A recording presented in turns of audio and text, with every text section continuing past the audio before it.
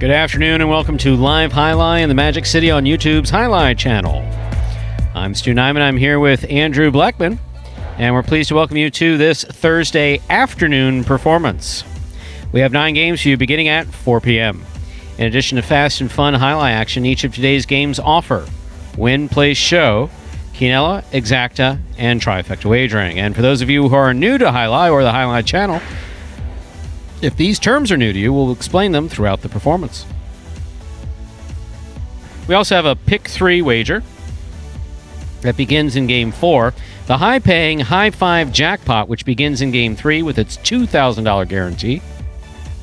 And the all-new Mighty Ocho, which is a jackpot wager that begins in Game 1. Online wagering is available at watchandwager.com, or if you're in Connecticut, mywinners.com.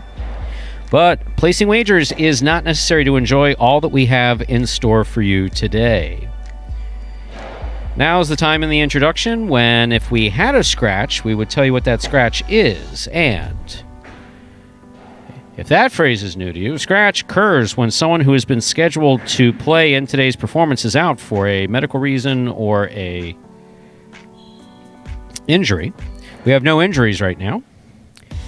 So with that in mind, we have no scratches in tonight's performance. And as always, ladies and gentlemen, we recognize that some of you are sheltering in place. Some of you are just beginning to venture out as we all learn how to confront this new normal together. But regardless, we hope that you're safe and healthy and happy wherever you are.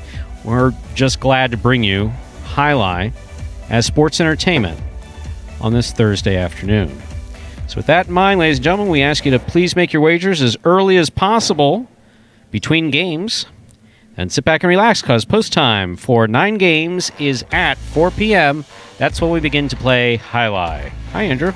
Stu, back for the afternoon session. Good first session. Yes, and pretty solid. And we had this random, lovely Lindsay is here now. Yes, in the house, seen her for the first time. That's right. So the producer's here, and she walked in with this straight look on her face, looked all upset, and was like, okay, first thing we're doing is changing everything. Everything. And then I turn around, and she's got this phone that she's waving in my face, and she asked me to wave at the end of the performance. Great. I said I wouldn't have had all that wants McDonald's. To see me. No, they don't need us. They go on to see Jai-Alai. They don't need to see some middle-aged, cranky person. Yeah. Well, Stu, I mean, they don't need to see either of us. No. Well, you look better than I do. So, it's the mustache. It's the stash. Yeah, it's the stash. That's the difference. Yeah, sure. It's the stash. Overall, we saw some really good performance in the afternoon. Yeah. In the matinee, and of course, Kenny Kelly, a former college champion quarterback for University of Miami, and then he followed it up with a brilliant career in baseball. Yes. So he's been out. He was out most of last year. He was injured last July, I believe it was, or last July or August, and then wound up having reconstructive surgery on his knee. He was out after the surgery. He's been doing rehab. Today was his first day back, and he won one of his games. Yeah, first game he was back, and he took it. So I think that's terrific. And then overall, we say that the first game of the performance sets the tone for the rest of the performance. And some play was a little sloppy, but overall we got off to a good start. And if nothing else, it was competitive as always. So that was really good to see. And leaves us with high hopes for this afternoon performance that begins at 4. Yeah, and before we get into that afternoon performance, now would be a pretty good time to explain the scoring format for these 9 games.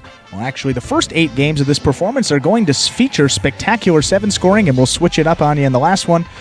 But this video will explain Spectacular 7 scoring for the first 8 games of the performance. Take a look at it. Spectacular 7 singles games are played with 8 players. Each player wears a different color jersey numbered 1 through 8 on the front. These numbers are traditionally referred to as post numbers. Post numbers are used to signify the order in which the athletes will play in a game. These numbers are also used for betting purposes. Don't be confused by the numbers on the back of our jerseys. Those are just for fun. Each game begins when the player in the post 1 red jersey serves to the player in the post 2 blue jersey. The served ball must land between the 4 and 7 lines marked on the court's side wall. If the ball lands between those lines, the serve is good and play continues until one of those 2 players wins that matchup. The player who loses the matchup exits the court and waits for his next turn at the end of the rotation. It's important to note that every game has 2 rounds. The first 7 matchups in a game make up round 1. Each matchup in round 1 is worth 1 point. Round 2 refers to all matchups that take place after the 7th and final matchup of round 1. The number of matchups in round 2 varies from game to game. And in round 2, each matchup is worth 2 points. The first player to earn 7 points wins the game. And that was a video explaining Spectacular 7 scoring. That will be the feature format for the first 8 games. And again, we'll switch it up for game number 9, the last feature singles game of the day. And pretty spread out. I mean, we talked about good play, but more importantly, even play across the board. I have this big sheet every week, and this starts week 6. No one had multiple wins in that session. All the wins, all the places, and only one person had multiple shows. So all the in-the-money finishes, pretty spread out. So a lot of good play, seeing from almost everybody. There's a couple names of guys that didn't get anywhere on the board, but a name like Ikeda in the money, 3 of 3 performances. He's been playing great all season. We talked about him a lot. Tennessee placed in was in the money 2 of his 3 games. El Barba in the money 2 of his 3 games. Carballo, Ron, and then obviously when Douglas, we hate to bring it up every time it happens, but it's a bit of a storyline when he doesn't get in the money in any of his finishes. He took a quad point in that 9th game, so he is actually off the board. 0 in the money finishes. Now on Sunday, yeah. we should qualify that. So that on Sunday, this past Sunday, obviously the way that we play doubles, and with doubles we play a pair of stronger player with a weaker player on each team, sure. And that does sometimes create a bunch of pent-up energy in the players. So suffice to say that Douglas and Anderluck and Carballo and a few other players went on the court, and they were all just pounding it. And Douglas went down with a fall-down rebote and snapped his frame on his cesta. And that's the death. Right. Ribs can break, and the membrane, what it's woven with, can break. But when the frame goes, you can sometimes put braces on it, but it's only a matter of time. But his cesta was done. Yeah. So that was on Sunday. We're off Monday, Tuesday, Wednesday. Manuel happened to be here, our cesta maker. And he's not just our cesta maker. He makes cestas for a number of players at Dania and other. He makes the cestas for Magic City. And so, Manuel, can you have a cesta by Thursday? And Manuel is a man of very few words. Yeah, right. A lot of highlight wins at Miami. Even more wins at Calder. He was the Leeds winner every week. Wow. No one ever. The golden cesta, weekly golden cesta. Actually, at Calder, they allowed him to wear a golden faja.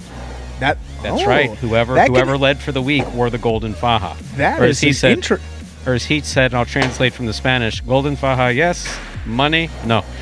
so he didn't see. Not a monetary award, So, Manuel, can you have a cesta by Thursday? And there was just this long, silent look. But so sure enough, when he walked in today, he walked in with a new cesta. But that meant that Douglas had a chance to warm up with it before the performance, and then in the warm-up before the game, and that was about it. So that's not a lot of time. This cesta is a little bit faster, meaning that it's got a little less hook than his. And when you talk about hook, you talk about the curvature of the cesta, and a little less pocket up near the tip. So it's faster, which means that as you throw, it comes out faster, or as the phrase goes, it creates a scapa. Right. And if you're not used to that, it can change your game a little bit. So he practiced between the matinee and evening, and we'll see how he does this afternoon. Yeah, similar to breaking in a new baseball glove. When you go to the store and you buy a new baseball glove for the first time, you want to test it out. You want to get it as soft as possible, and it comes out a little bit more stiff. So similar here with the cesta, having to test it out a little bit, get it softer so it fits Douglas. And now less than a minute to go before our first game of this afternoon performance. 10th game of the day.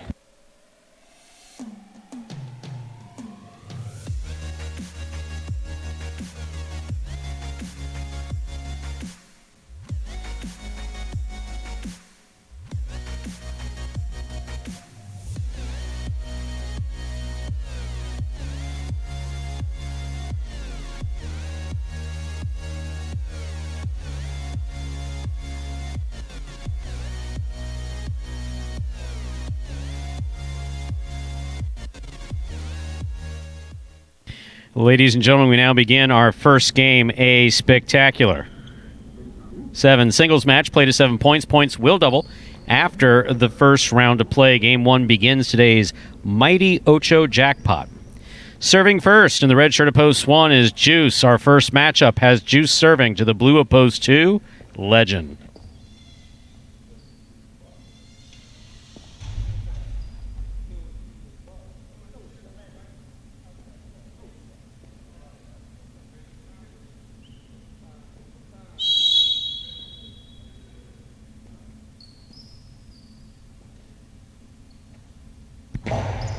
Juice serves. We begin. It's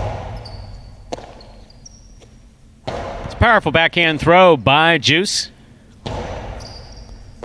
Ball tipped by Juice at the 10 line, point 2. Legend first up on the board in our first game. Our next matchup has Legend serving to the white shirt of post 3, CRB.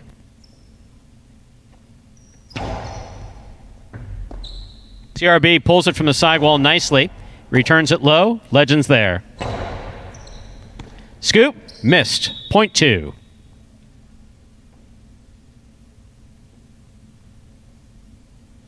Now receiving the green shirt of post 4. Cool Fitness.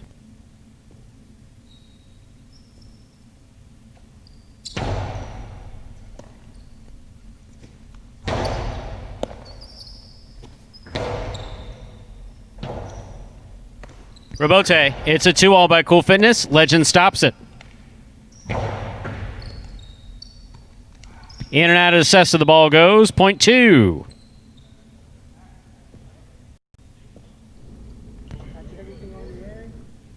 Black shirt of post 5. Lamonte received.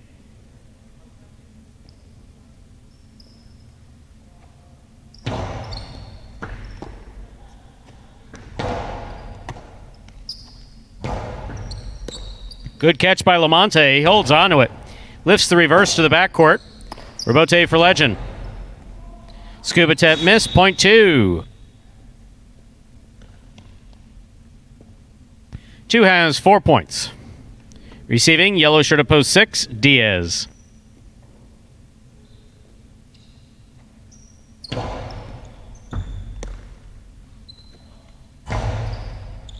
It's a nice backhand by Diaz. Good catch by Diaz.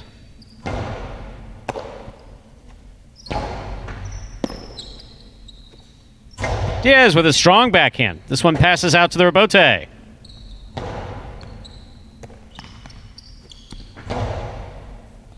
Scuba attempt missed by Legend. Point 6.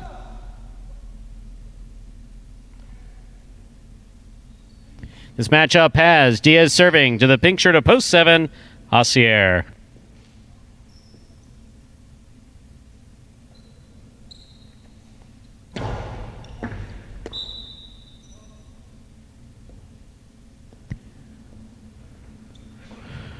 Point 7. Here now to complete the first round and receive the purple shirt of post 8, Tennessee.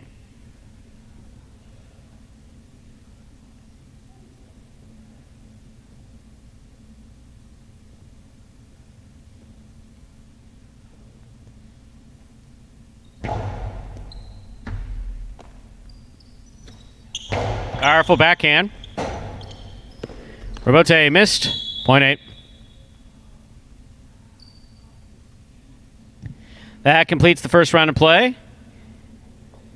All matchups are now worth 2 points. Receiving post 1. Juice in the red shirt.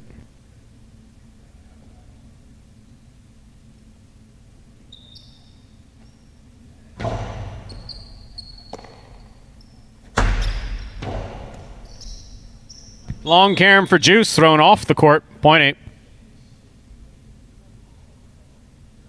Tennessee with 3 points, serving the returning 3 post. In the white shirt, we have CRB.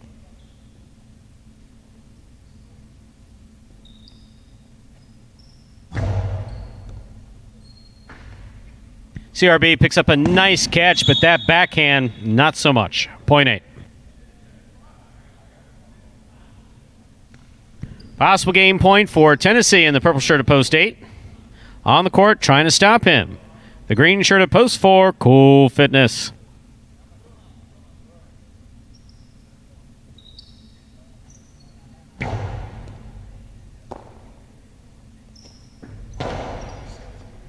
Tennessee makes the catch on the forehand. High and hard to the front wall. Scoop missed. Point and a perfect game to the purple shirt of post 8, Tennessee. Tennessee wins it 2 places, 6 serves to 7. This is for show, which is 3rd place.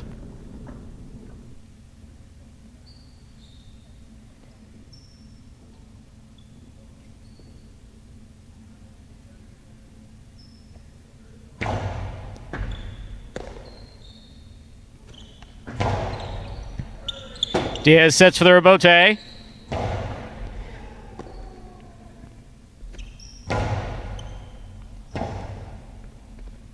Rebote left side by Diaz. He makes the catch, gets out of the way. To the outside, Osier goes where it scores. Point 7.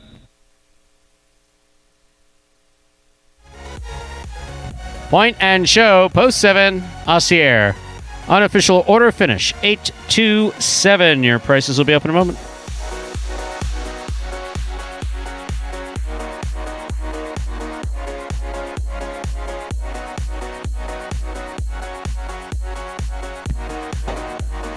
Results from Game 1 are official. Coming in first, post 8, Tennessee. Taking second, post 2, Legend. Coming in third, post 7, Osier.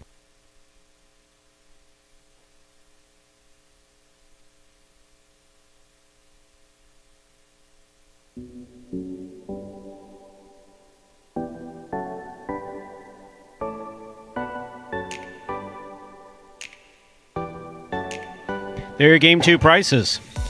The $2 Quinella. So that's first and second in any order. So that's 2-8 or 8-2, $19.40. The trifecta, 8-2-7, $218.60. Up next, ladies and gentlemen, game number 2, a spectacular 7 singles match. Played at 7 points, points double after the first round of play.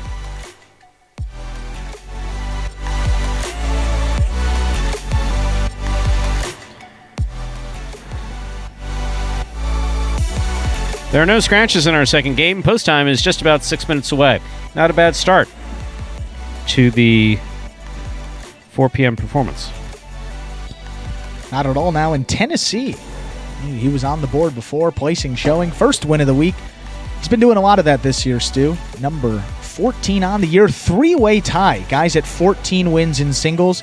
You have Bueno, you got Vuelo, and now Tennessee adding his hat to the ring of guys at 14 wins. All of those guys are in 4th place in the season-long standings. There are 5 wins, though, behind Anderluck. He's got 19, and he is in 3rd place. And remember, we pay out to 3 spots in that championship singles, so it's definitely spot 3 is going to be up for grabs. And, you know, spot number 1 now, Douglas, is obviously we mentioned playing a couple less games than some of these other guys, but getting awfully tight up there. I mean, Douglas 23, Ikeda in second with 21, Anderluck with 19, and then you got those 3 guys, Bueno, Vuelo, and then Tennessee also with 14. So congratulations, Tennessee, 14th win of the singles season, and then also doing pretty well there with Bueno in that doubles tournament. We'll be seeing some of that action coming up in a couple moments. You have game number 3.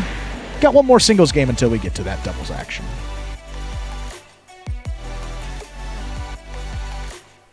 The singles championship that you mentioned pays $15,000 extra for first, $10,000 for second, $5,000 for third. A lot of money. A lot of, I mean, think about that. So you got $15,000, and so the singles championship. Now that is from the beginning to the end of the season. So that's $15,000 for first, $10,000 for second, $5,000 for third. Then we have 3 doubles championships. Right. So that's another $30,000 on the table for first place. Actually, yeah. Right. Yeah, for first place only, even more. And 15's another $45,000 altogether. There's a lot of there's a lot out. That in addition to a very respectable $100 for first place, $50 for second, $25 for third, plus their salary and of course the hardcore value of healthcare. Yes, now that's right. Most important, absolutely. Not a bad way to make a living.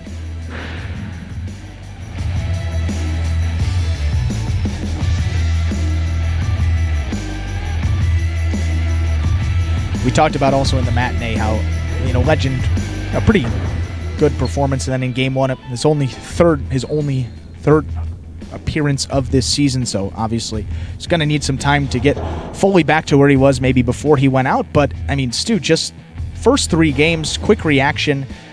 I'm surprised at how little it seems, you know, guys maybe seem to lose a step a little bit, especially, you know, his age and coming back with a year off. But Kenny, I mean, he looked, Legend looked pretty good out there. I mean, for his first showing in a year. That's one thing. Yeah. If anybody's watching and you paid attention to Legend in the first or second year, even though he only played for a little shy of a month. Mm-hmm. Yeah.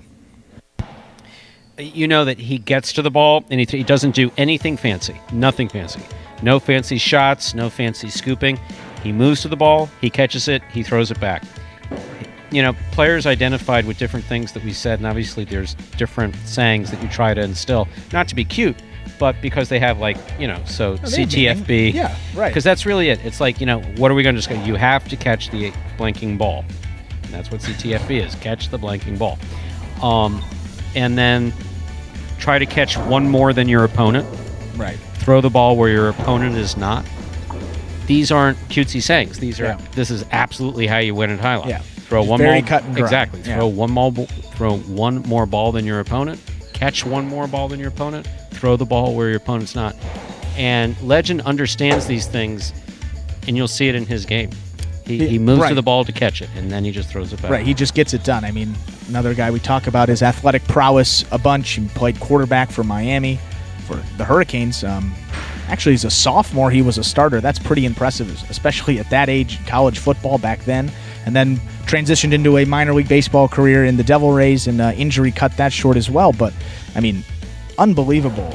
I mean, I was, you know, just coming right off the bat, I was telling people, look, like, it may take a while for him to get his feet. I mean, this is a year off, and we've seen guys that it takes some weeks to come back, and they maybe miss 2 weeks. I mean, this is pretty much a full year, haven't been playing, hasn't been progressing. I mean, that's the most important thing. These guys have been progressing. They're playing against each other, and they, you know, every day they go out here, they catch, and it just becomes that much more comfortable. Reps that he hasn't been able to get. So, I mean, really impressive out there. And again, if you took him in fantasy, he had a win in that first game, and then comes in second right there. So, big week for him already is a $3 value. So, pretty nice picking, and we'll see if he can do it again. I mean, game number 2, he's got a much stiffer level of competition here, much more parity across the board in this lineup. You got Anderluck there. We mentioned he's in third place in the singles championship. Bueno, Tennessee, all those guys that he's sort of tied with are up at the top of the standing. So, you know, game number 1, probably a little bit.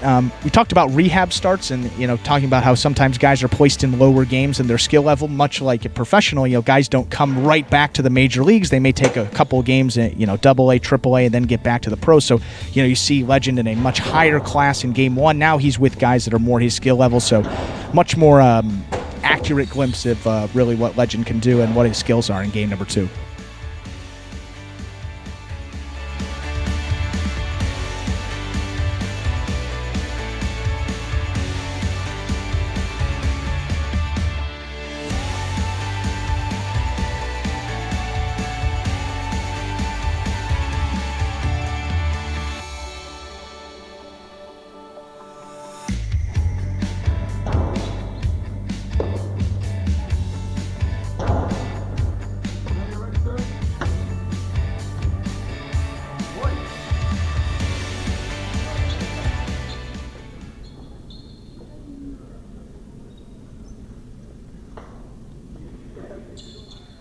Ladies and gentlemen, we're ready to begin Game 2. This is a spectacular 7 singles match. Play to 7 points. Points will double after the first round of play. Serving in the red shirt at post 1, we have Anderluck. Receiving in the blue at post 2, Ben.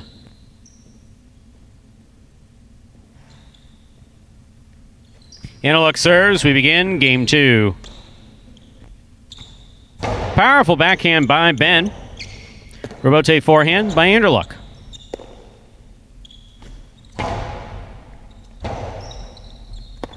Forehand Rebote, difficult to play at the side wall. And that was on the side wall, point 2. Ben first up on the board in our second game. That'll bring to the court the white shirt at post 3. Here's Jedden.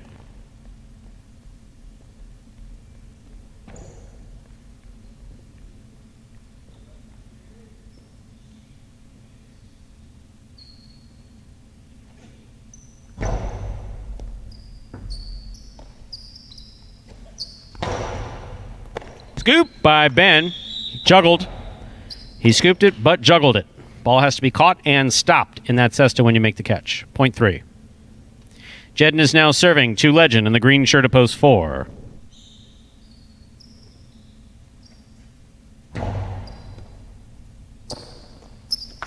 That's a hard throw by Legend. That gets by. Jedden to score. Point 4. 4 serves, post 5. Bueno.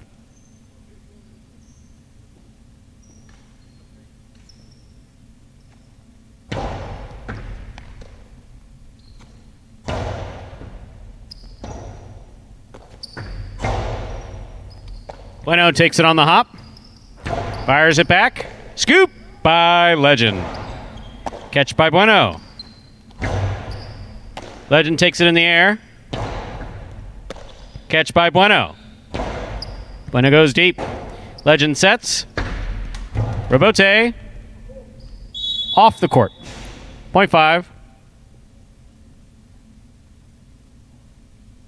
This next matchup has Bueno serving to the yellow shirt of post 6. Vuelo.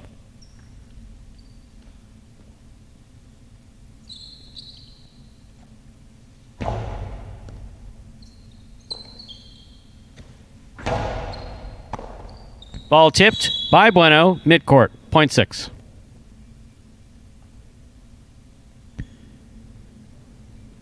Here's post 7, Tennessee in the pink shirt.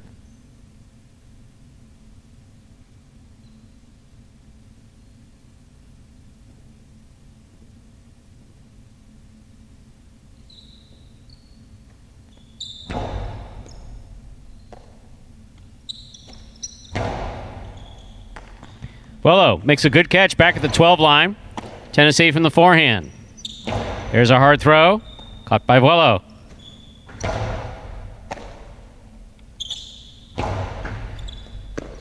Ball missed. Point 7.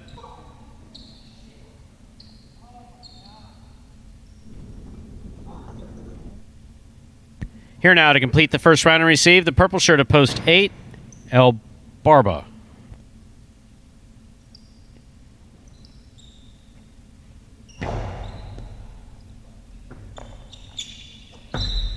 Juggling, point 7.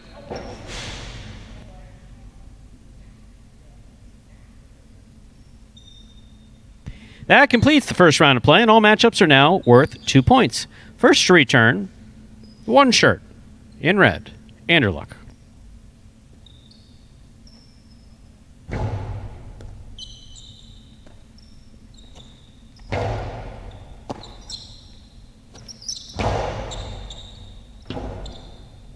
Orion Rebote by Anderluck. He gets it back past the 9 line. Tennessee on the Rebote. 2-all. Stopped by Anderluck. Carom by Anderluck. Scores. Well thrown. Point 1.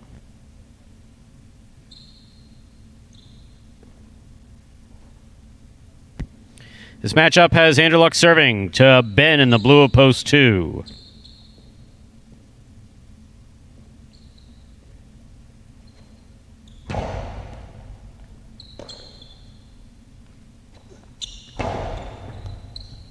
Anderluck with a reach makes the catch. Hard throw to the inside. Gets by Ben front way and scores point 1. Anderluck with 4 points. Receiving post 3, Jedden.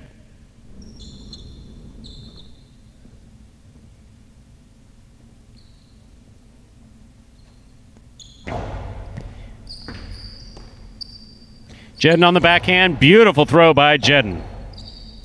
Rebote forehand saved by Anderluck.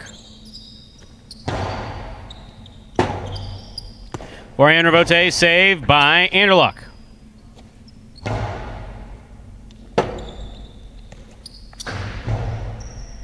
Two-all attempt, missed. Point 3. Jed now serves to the returning 4-post, Legend.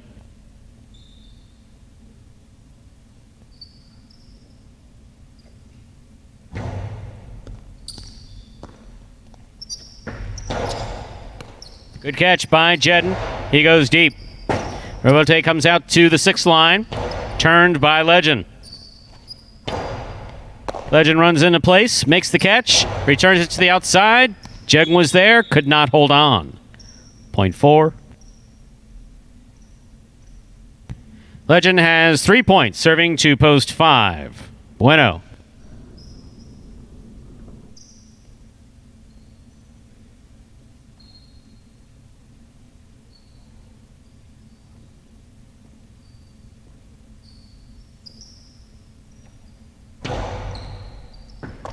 Great catch by Bueno. Off a good serve by Legend.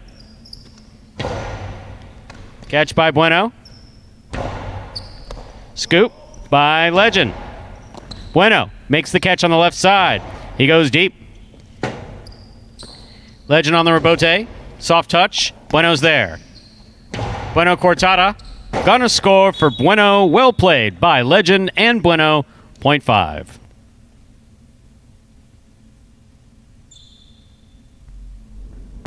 Bueno has 3 points. He serves to post 6. Vuelo.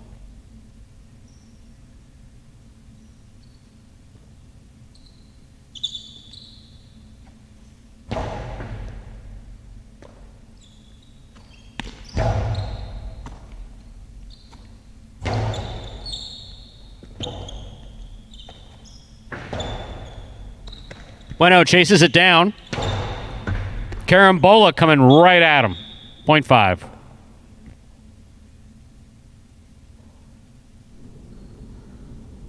Possible game point for Bueno in post 5. The black shirt. Trying to stop him, El Barba.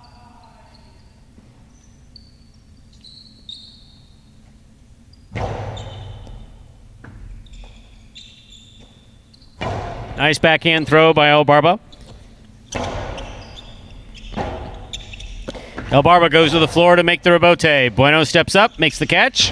Cortada. Barba got assessed on it. Almost had it, but that is point and game to the black shirt. Post 5, Bueno. One comes in second. 3 serves to 4. This is a playoff for third place.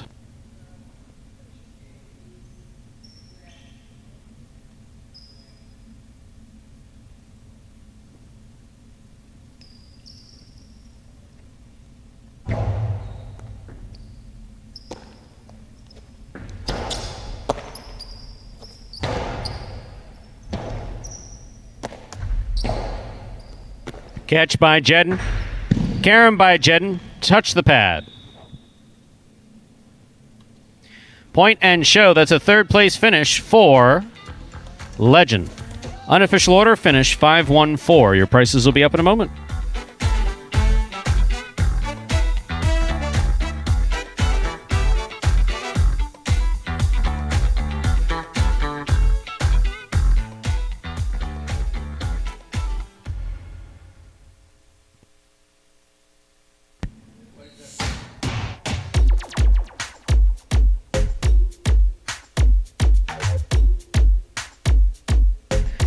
Results are official. Coming in first, post 5, Bueno. Taking second, post 1, Anderlock. Coming in third, post 4, Legend. 5-1-4 is the official order of finish. There are your prices. The Quinella 1-5, that's 1-5 or 5-1, first and second in any order, $15. Trifecta 5-1-4, $90.40. Up next is Game Number 3, a spectacular 7 doubles match. It's the first of 3 doubles games in this afternoon's performance. If you're new to Magic City Jai-Alai, it's a reminder that, unlike at other facilities, and other programs rather, we match up teams. So the same front quarter you see will play with the same back quarter through the end of this championship, which closes out on June 28th. And once again, these players are playing for additional prize money. $10,000 for first, $5,000 for second. Post time for Game 3, 7 minutes away. Stu, before we get into that first doubles game of this afternoon performance of Jai-Alai action, we have this rebote recap. We make it every single week. It recaps the previous week's Jai-Alai action. So this one, we'll give you a recap of week number 5, singles action, doubles action. There's going to be some highlights or fantasy Jai-Alai stuff in there as well, and then we always close it out with that rebote play of the week. So here it is, rebote recap for week number 5. Take a look.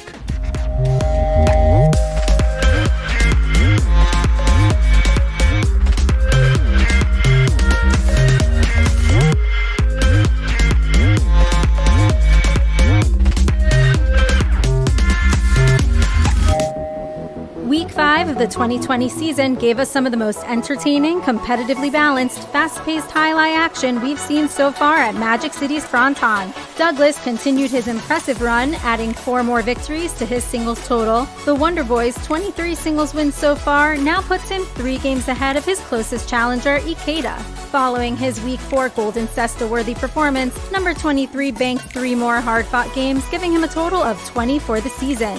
With only 3 games separating these 2 young guns, it seems like it's going to be a neck-and-neck race to the singles championship title and that $15,000 bonus prize at the end of the season. This week's Golden Cesta winner is none other than Magic City's 2018 singles champion, Anderluck. Number 1 proved that he's determined to get back on top. Entering Week 5 in 3rd place, Magic City's Winter Soldier fired a deadly dose of powerful serves and unstoppable kill shots that had his opponents making that dreadful walk back to the bench all week long. Just when it seems like he might be stuck in second gear, Anderluck has a knack for kicking it up a notch and leaving his competition in the dust. With his roster high total of 5 wins in Week 5, Anderluck is back in the singles championship conversation as he enters Week 6 with 19 wins under his belt. We have officially reached the halfway point in the first doubles tournament of Magic City Jai-Alai's 2020 Doubles Championship Series. Going into Week 6, a few teams have certainly separated themselves from the pack. Our leaders, Douglas and Lamonte, stormed out of the gates, winning their first 3 doubles games of the week last Thursday. However, their fiery start fizzled out as they found themselves in the win column just one more time before the end of Week 5. Even with their slightly dampened performance, Douglas and Lamonte ended the week with 4 wins and currently hold a 7-game lead on first place with 18 total doubles victories. The team of Bueno and Tennessee also claimed 4 victories of their own, with a great combination of front-court aggression by Bueno and backcourt consistency by Tennessee. Bueno and Tennessee now go into Week 6 with a total of 11 wins and their sights set on blazing their way to the top of the leaderboard. The other 2 teams currently in contention are Carballo and Juice and Asier and Kubala, who both stand a fighting chance with a total of 8 doubles wins. Week 5 proved that the team of Douglas and Lamonte are in fact human. We're all waiting to see if they can get the train back on the tracks in Week 6, or if this derailment will allow some of the other teams to gain crucial momentum. We'd like to give a special shout out to our first official weekly Magic City Fantasy Jai-Alai winner, the team called Fluffiton. Week 5 at Magic City Jai-Alai was the first official week of Magic City's Fantasy Jai-Alai League powered by the Jai-Alai Channel. Here's how it works. Every week, members of the league draft a new fantasy team of 3 singles players and 1 doubles pairing. The objective is for league members to build the highest scoring fantasy team using a fictional $21 budget every week. The fantasy team with the highest point total at the end of each week will win a prize. Plus, at the end of the season, a specialty prize will be given to the fantasy team with the highest overall points total. Every week is a fresh start to earn points for your fantasy team, so new members can join the league at any time. More details regarding the Fantasy League can be found on the Instagram page at Jai-Alai Channel. Visit fantasyjai-alai.com to join the league, draft your fantasy team, and start winning. This week's Rebote play goes to the Admiral of Magic City, Lamonte. After a full career in the U.S. Coast Guard, Lamonte made the transition to professional Jai-Alai just about 2 years ago. Though he has slightly less experience on the court compared to the other players, he makes up for it by being full of heart and unparalleled determination. His improvement is becoming more noticeable every day, as evidenced by this picture-perfect outside placement Rebote. Watch number 26 at work in this Rebote play of the week. Here's Asier from the 8 line. Strong backhand throw by Asier. Lamonte to the outside. Gonna score. Point 1.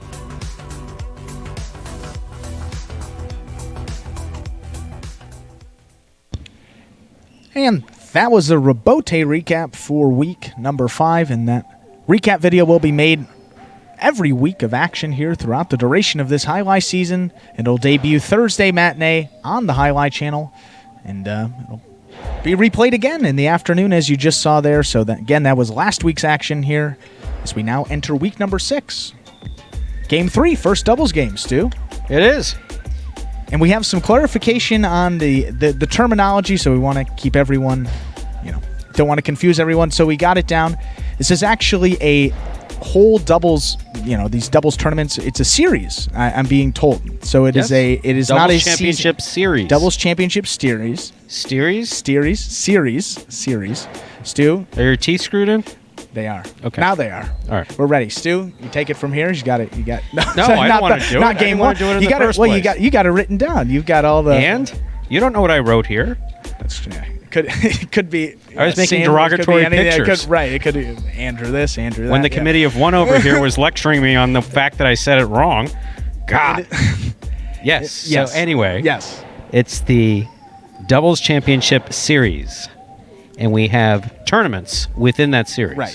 This is the first tournament. Yes. This is the first of. So this doubles tournament Yes. that runs through June 28th. 28th, not the 27th of June. And that's not to be confused with the singles, which is one long season that'll be played from when we started 5.5 weeks ago to the end of pretty much, it'll take us to December almost. Wow, long season here. So, yeah, doubles split up into 3 tournaments as a series, and then that singles is just one long tournament, if you will. You said December. I'm not going to be here in December. Moving on. We're ready to begin game number 3. A spectacular 7 doubles match. Play to 7 points. Points double after the first round of play. Serving in the red shirts, post 1. Asier and Kubala. This first matchup has Asier serving. To the blue shirts, post 2. Juice and Carballo.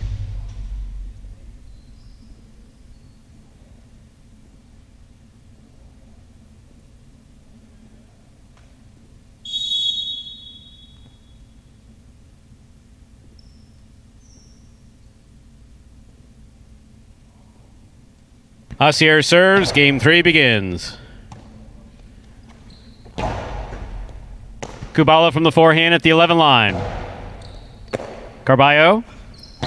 Hard to the inside. Kubala's there. Carballo on the backhand from the 9 line. Rebote by Asier. Carballo makes the catch. Excellent catch by Kubala at the 10 line.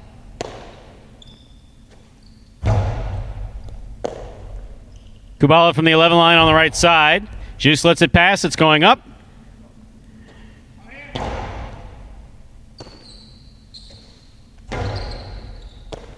Carballo on the backhand. Hard backhand. Scores. Point 2. Good start to our third game. That'll bring to the court the white shirts of post 3. The team of CRB and Vuelo.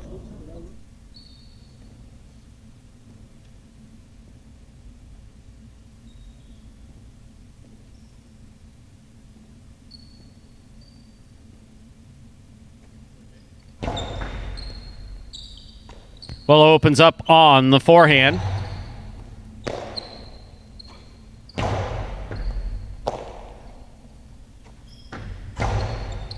Juice from the left side. Goes deep. Caught in the air by Vuelo. Carballo from the 9 line. Hard to the inside he goes. Big bounce brought down by Vuelo and a great catch. Here's Carballo. Point 2.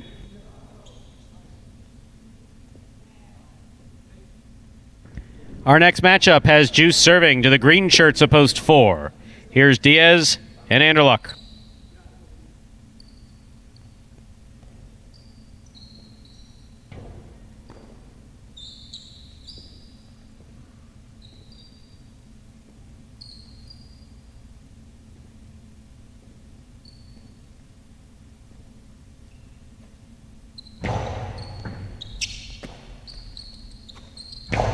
Anderluck, hard throw, the middle of the court. Carballo for the rebote. A 2-all goes way out. Point 4.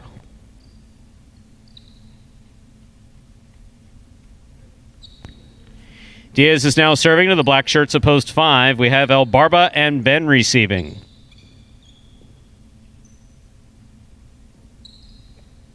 It's a good serve by Diaz. Ben throws wall to wall. Rebote coming out. Diaz hangs in there, puts it outside. Here's Ben. Rebote left side. It's a 2-all. Going to take a big bounce. It's cut off in the front court by El Barba. El Barba's attempt to throw a carom from the outside. That's tough. Tough shot. It's out. Point 4.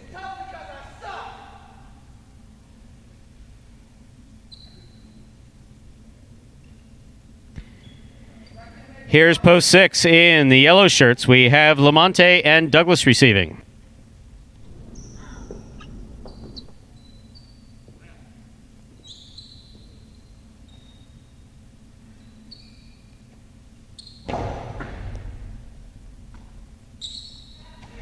Douglas from the forehand. Diaz gets there, makes the rebote. It touched the front wall. Here's Lamonte. A hard throw by Lamonte. Douglas makes the catch. There's the backhand. Rebote coming out. Diaz saves the rebote. Lamonte gets there, throws it back. Catch by Anderluck. Hard throw by Douglas. Anderluck with his cesta in the corner. Could not get enough of a backswing to extend. That hit the pad. Point 6. Oh, God bless America. Here's post 7. Pink shirts, Bueno in Tennessee.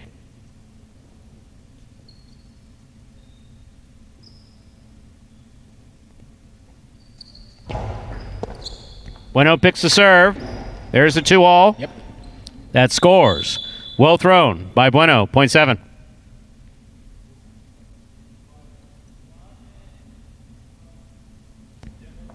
Here now to complete the first round and receive, wearing the purple shirts of Post 8, Cool Fitness, and Jedden.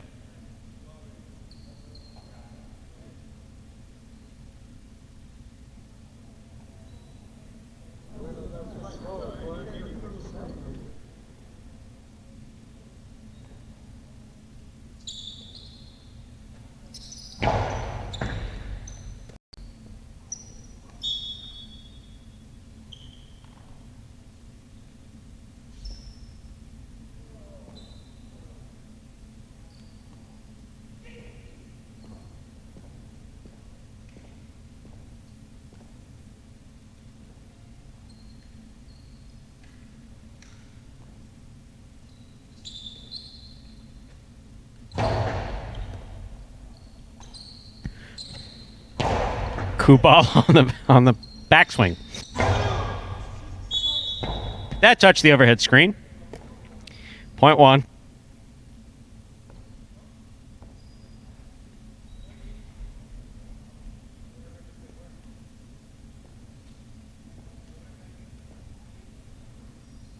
White shirts at post 3, CRB and Vuelo receiving.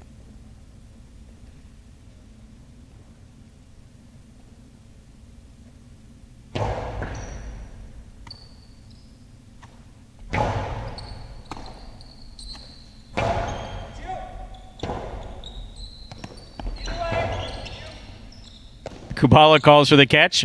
Karam from the forehand, caught by CRB. Asier gets out of the way. Kubala goes deep. Vuelo lets it go. Yep.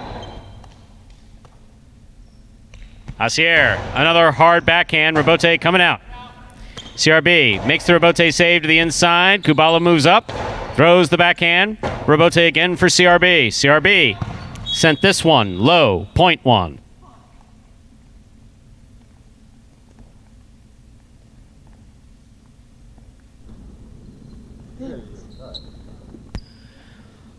One with 4 points. Receiving post 2, Juice and Carballo.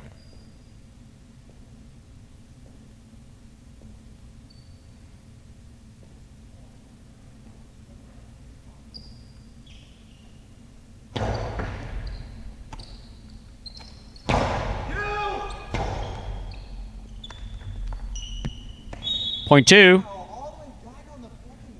2 with 4 points. On the court, ready to receive. The black shirts at post 5. Here's El Barba and Ben.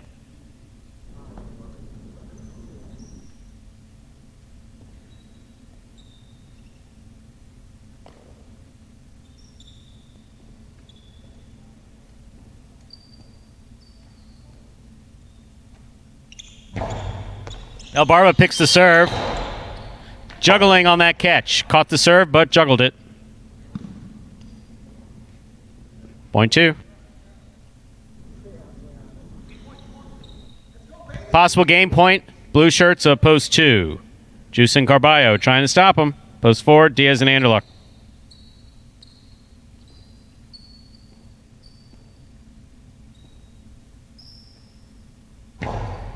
Diaz picks the serve. There's the 2-all. Juice missed it. Point 4.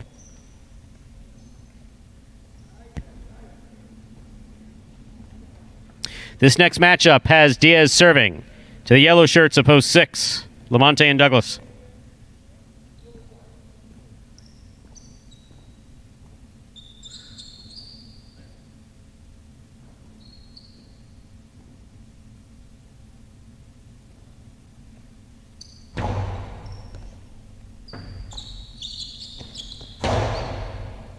Anderluck on the backhand. Douglas from the 8 line. Anderluck with a great catch. He goes deep. Douglas is there. Robote coming out. Douglas makes the catch. Douglas with a powerful forehand. Anderluck backing all the way there and missed it. Point 6.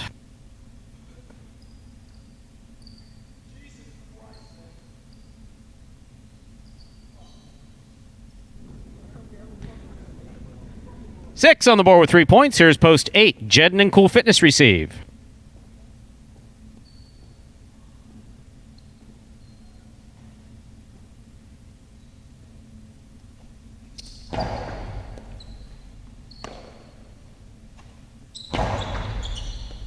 Douglas on the catch. Strong backhand throw. Robote by Jedden. Too hard, too high. Out of play. Point 6. Possible game point for the yellow shirts of post 6. Lamonte and Douglas trying to stop them. Bueno. And Tennessee.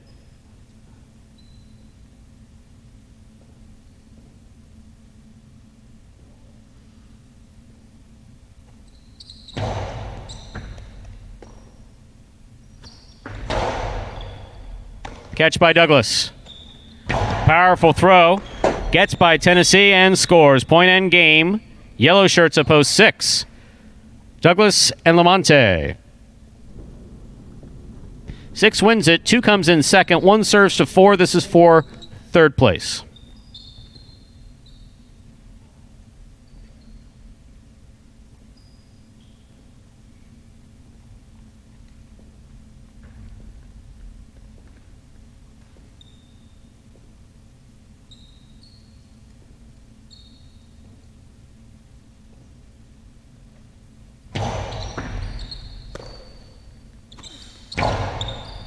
Catch by Kubala.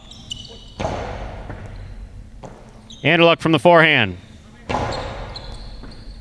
Kubala lets it pass, then throws Robote. Just out of play.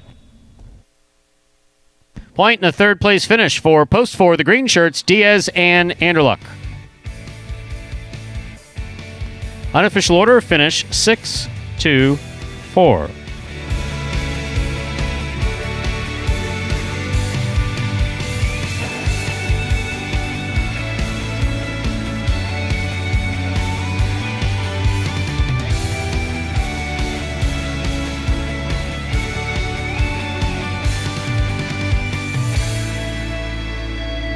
Results from Game 3 are official. Coming in first, post 6, the team of Lamonte and Douglas. Taking second, post 2, Juice and Carballo. Coming in third, post 4, Diaz and Anderluck.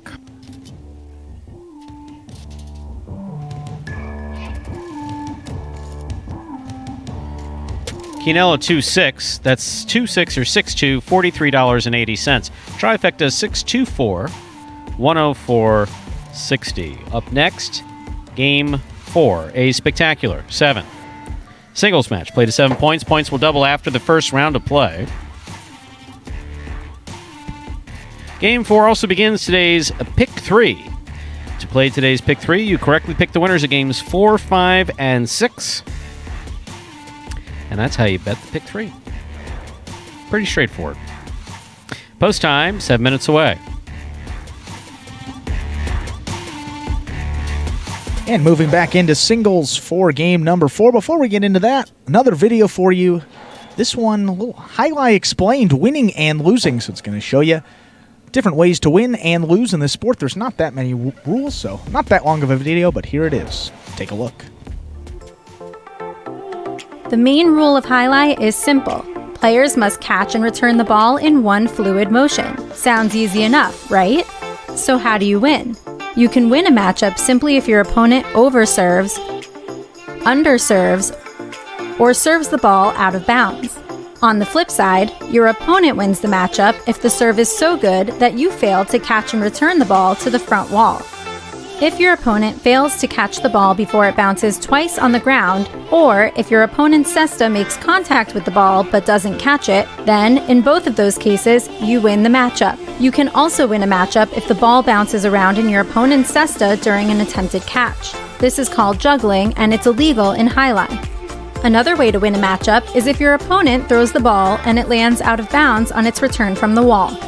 The overall game strategy for a Jai-Alai player is to make it difficult for an opponent to reach the ball in time or to execute a rebuttal play.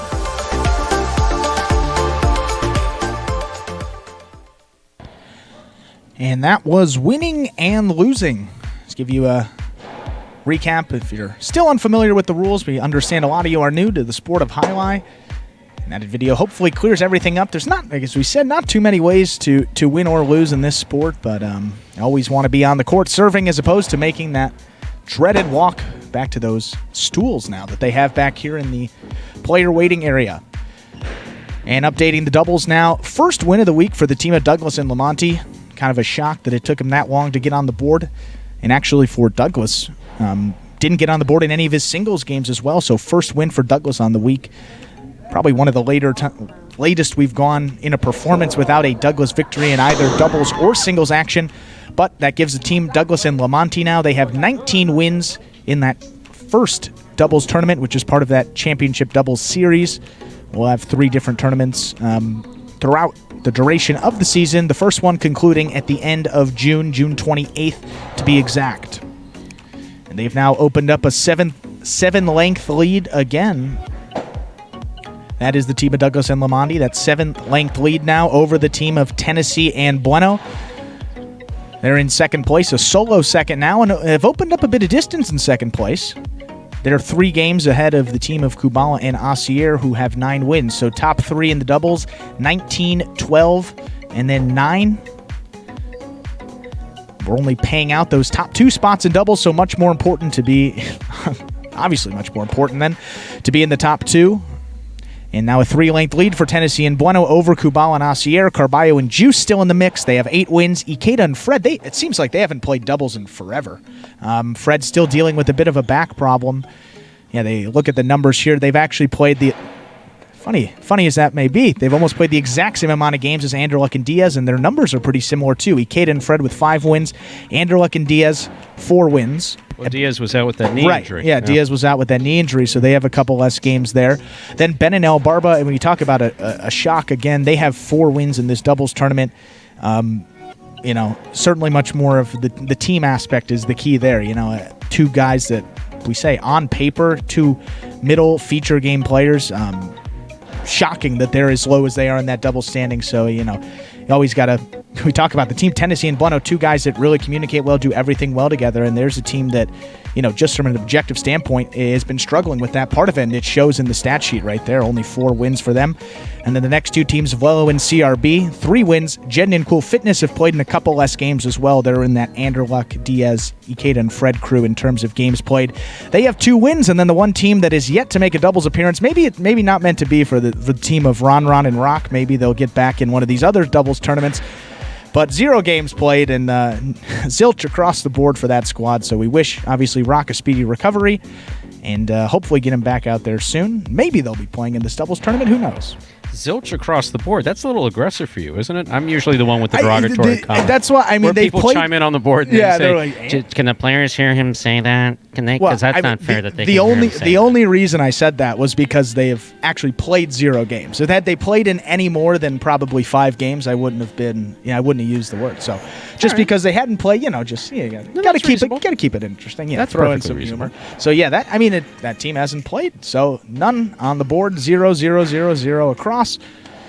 As opposed to the top of the leaderboard in that doubles again, Douglas and Lamonti up there with 19 wins. Just less than a minute till we begin Game 4 singles game, and also the beginning of the Pick 3. Once again, to play the Pick 3, you correctly pick the winners of Games 4, 5, and 6.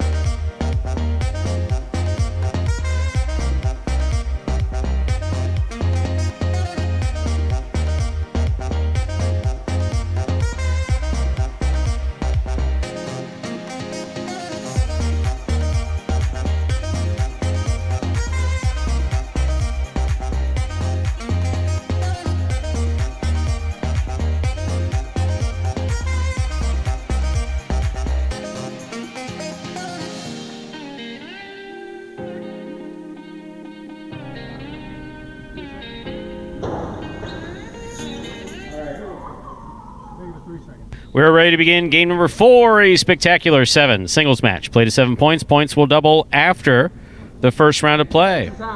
Serving in the red shirt of post 1, we have Juice. Receiving in the blue of post 2, we have CRB.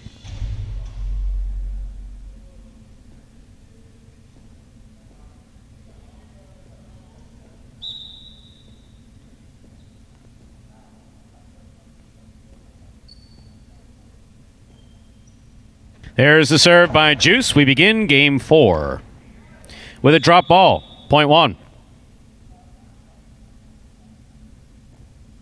Juice first up on the board in our 4th game. This next matchup has Juice serving to Ossier in the white shirt of post 3.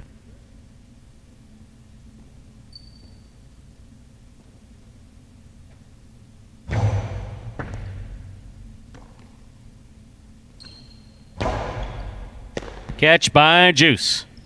Low backhand, taken on the forehand of Ossier. Long carom by Ossier. Long low carom by Ossier. He's going to score, point 3.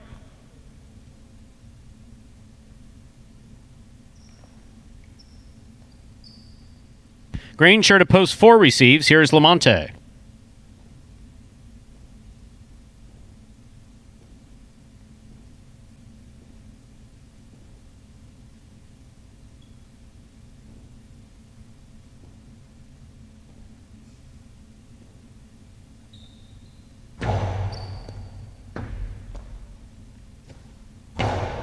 That's a nice backhand by Lamonte.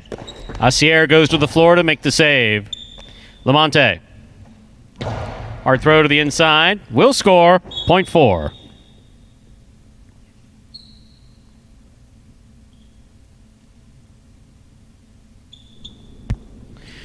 Post 5 receives. In the black shirt, we have Vowello.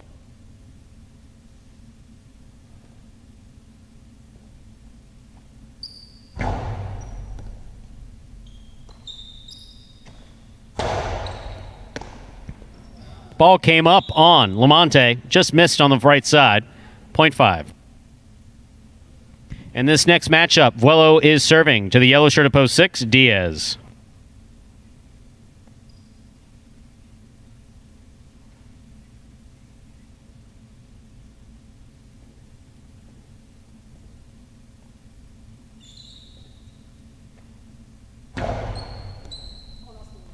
That's an excellent catch by Diaz off a real good serve by Vuelo. Diaz passes on the backhand. Vuelo makes the rebote. Diaz is there. Diaz passes on the forehand. Rebote 2-all. Stopped on the forehand of Diaz and a great catch. Karam return. Stopped but not held on to by Vuelo. That's a good point for Diaz and Vuelo. Point 6.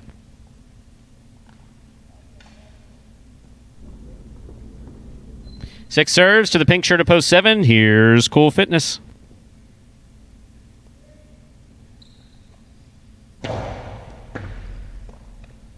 Cool Fitness tipped the ball on the left side. Point 6. Here now to complete the first round and receive, wearing the purple shirt of post 8. We have Tennessee.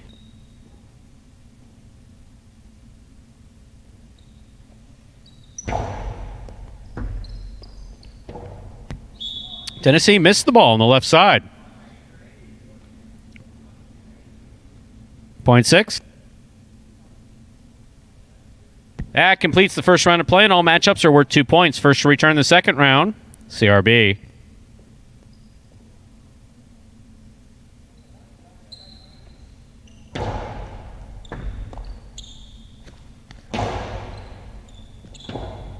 Rebote left side by Diaz. CRB makes the catch. Low, hard reverse. Will score for CRB. Point 2.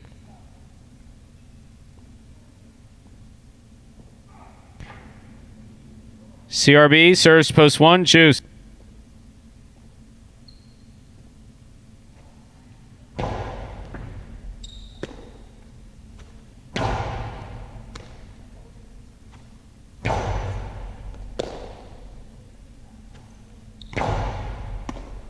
CRB with the catch. There's the carom. And it scores. Well played by CRB. Point 2.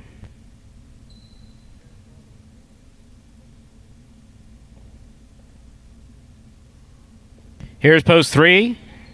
Asier.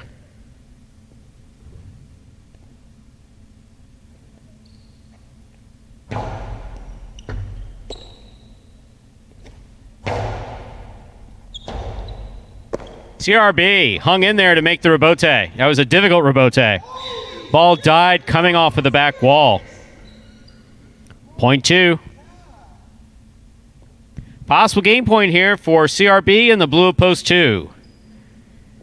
Trying to stop him, Lamonte.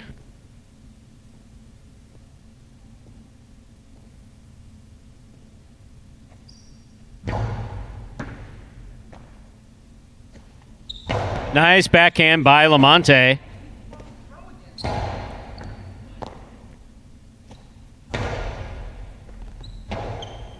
Forehand rebote by CRB. Well played at the side wall. Here's Lamonte. CRB, forehand rebote again. This one fell short of the front wall. Point 4, play continues.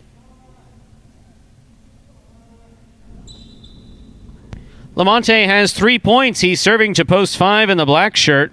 Vuelo.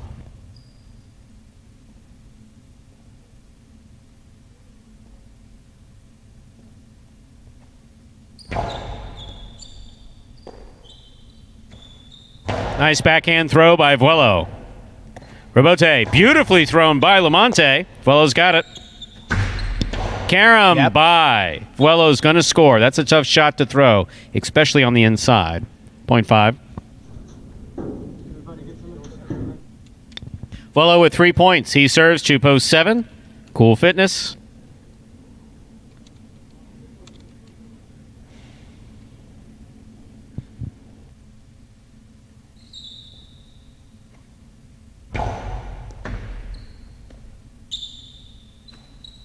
Outside placement is outside the court. Point 5. Possible game point for Vuelo in post 5. Trying to stop him, Tennessee.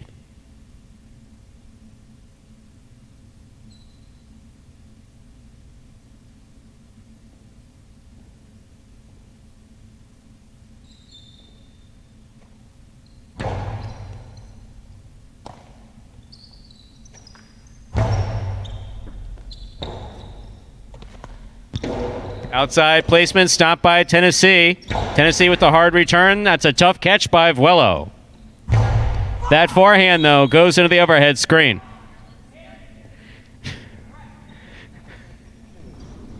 Point 8.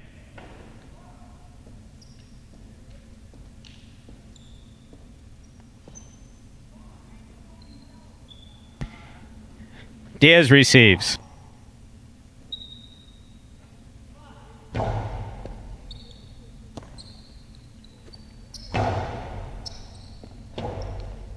Rebote by Tennessee. That's a nice rebote, actually.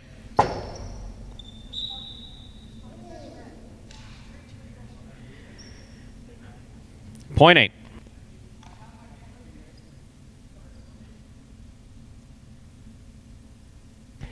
Tennessee with 4 points. Here's post 1. Juice.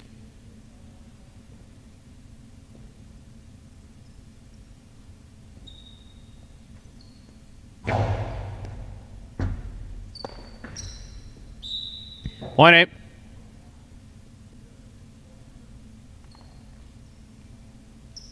Possible game point here for post 8, Tennessee. Trying to stop him. Post 3, Asier.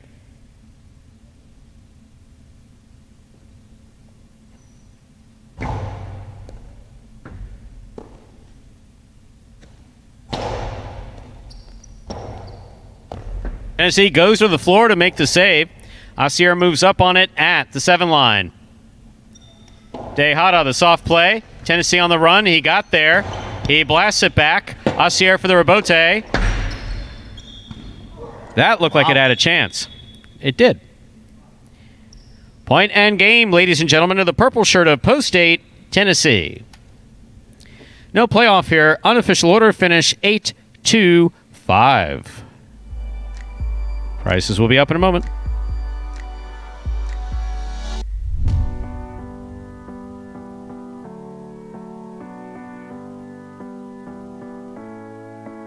Results from Game 4 are official. Coming in first, Post 8, Tennessee. Taking second, Post 2, CRB. Coming in third, Post 5, Vuelo.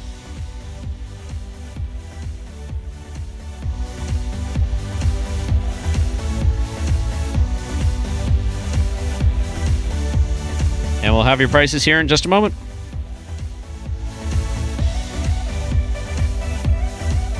$2 Quinello 2.8. That's first and second in any order. So 2.8 or 8.2. $26.20. The trifecta 8.25. That's first, second, and third place finishing is $97.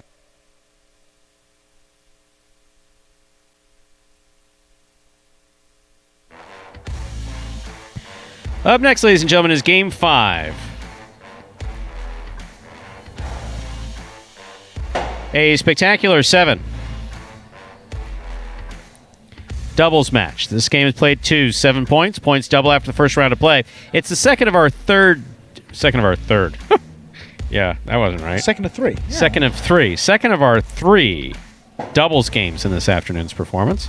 Played to 7 points. Points double after the first round of play. There are no scratches in Game 5. Post time for Game 5, 6 minutes away. Good luck.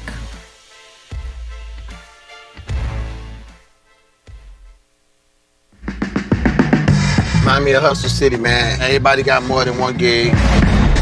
I sell ice cream, rather sell a CD. I have a security company, a beauty salon. I've been doing music for a very long time.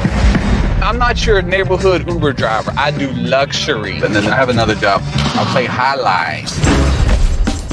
We were looking to transition from dog racing to highlight. I went to the university. I said, listen, I have this crazy idea. Do you think we could send something out to all the ex-athletes for the last 20 years and say, we're looking to hire and train highlight players? They paying us, man, and we can win big money. Let me see what this is all about. That's what you gotta do. Get some money. The players taking the court are all athletes you may recognize. Baseball, football, track and field. If you're going to come into this sport, you got to be dedicated. You're going to be a piece of cake. We knew going in, they're not going to be great the first day. We'll be like the Jamaicans with the bobsled team. Game time now, man. This is going to be the first time that my kids will be able to sit in the audience and root for their father. Who wants it more? This is a sacrifice I think is going to pay off in the end. This is a dream for me. I got to win. Can't get drama better than this. Highlight became the new hustle. Let's get ready to play.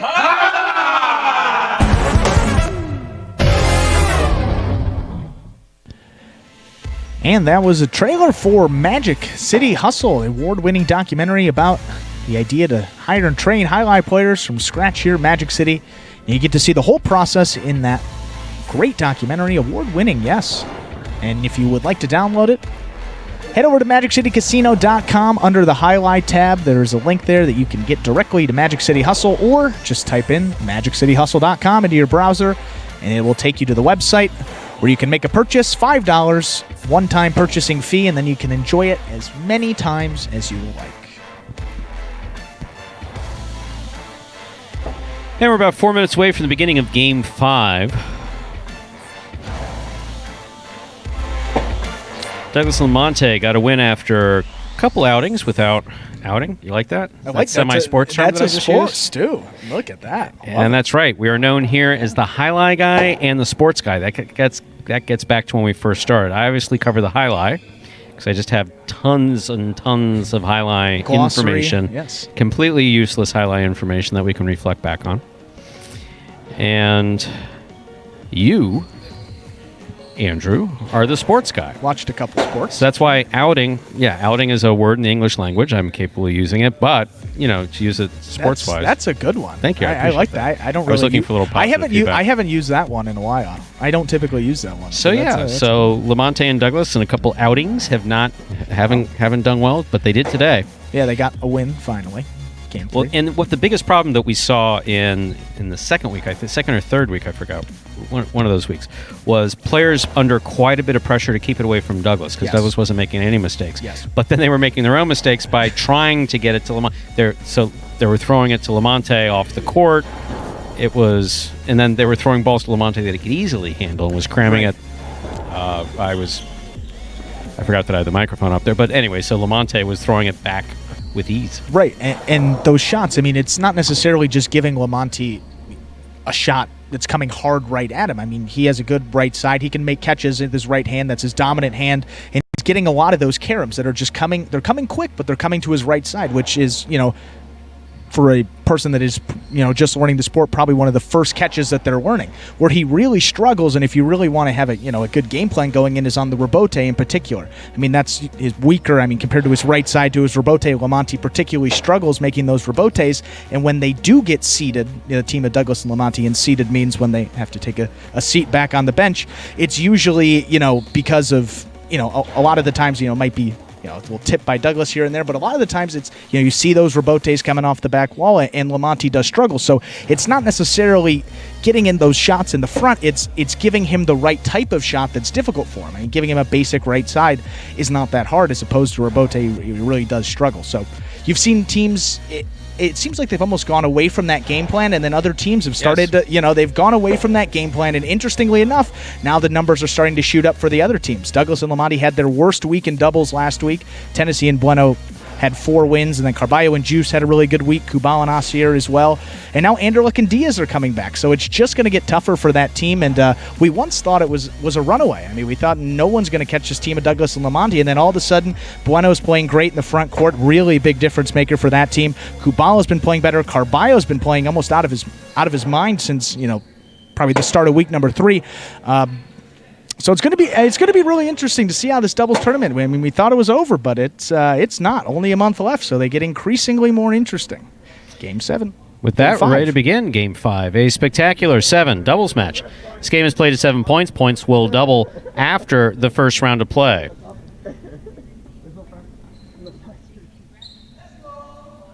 Serving in the red shirts of post 1, Bueno and Tennessee. Receiving in blue of post 2, Diaz and Anderlich.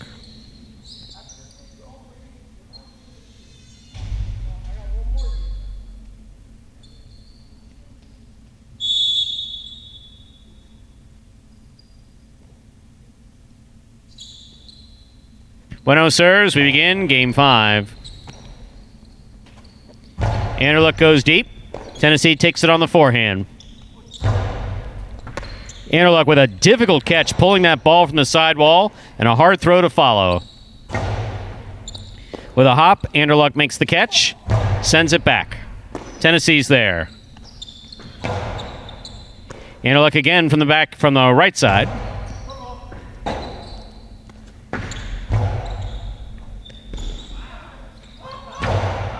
That's interesting.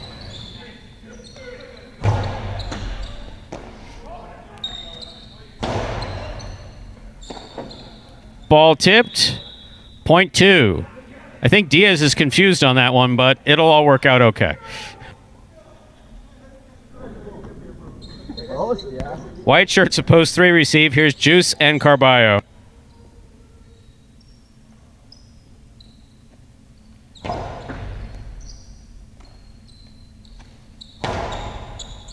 Excellent catch by Anderlich. Hard throw, taken in the air by Carballo. Catch by Anderlich. He blasts it back. Carballo's got it on the forehand. Catch by Anderluck. Hard throw to the inside. Carballo with a tip ball at the 10 line. Point 2.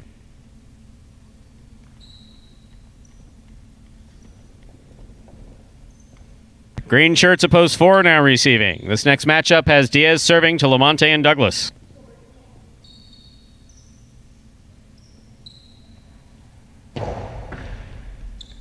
Douglas moves up to make the catch. Hard throw follows. Great catch by Anderluck. High scoop on the right side of Douglas. He goes deep. Great catch by Anderluck. Douglas makes the catch. Hard throw high to the front wall. Anderluck with a beautiful catch at the 12 line. Here's Douglas. Anderluck again.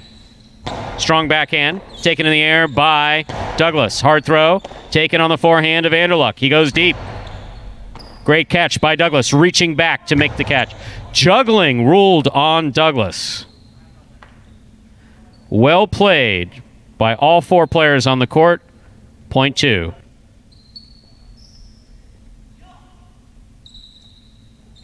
Black shirts at post 5 are receiving El Barba and Ben.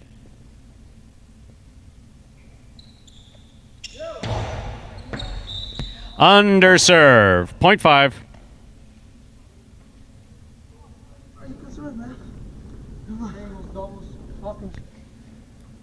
El Barba will now serve to the yellow shirts at post 6, Asier and Kubala.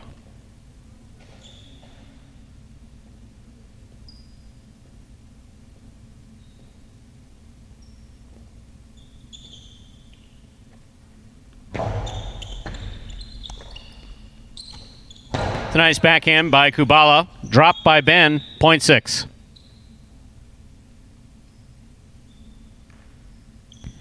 In our next matchup, we have Asier serving to the pink shirts at post 7, Jedin and Cool Fitness.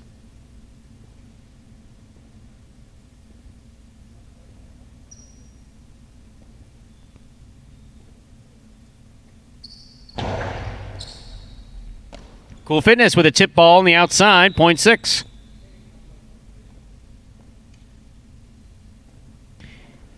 Here now to complete the first round and receive, wearing the purple shirts at post 8, we have CRB and Vuelo.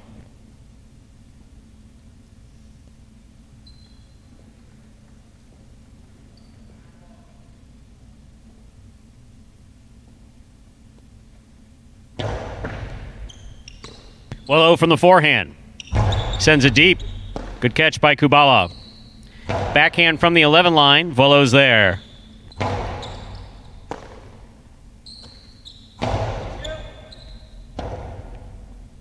Robote for CRB. Brought it over the top, but missed the wall. Point 6.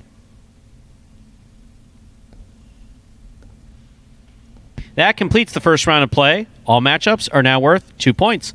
First to return in the second round, Bueno and Tennessee.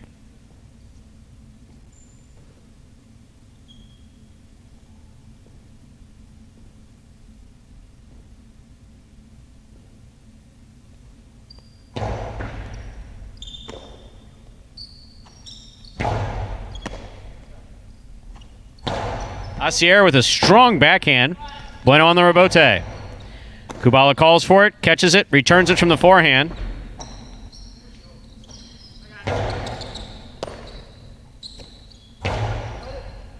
Good catch.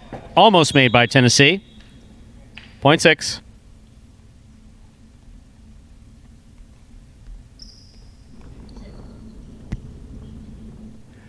Possible game point for Asier and Kubala. Trying to stop them post 3, Juice and Carballo.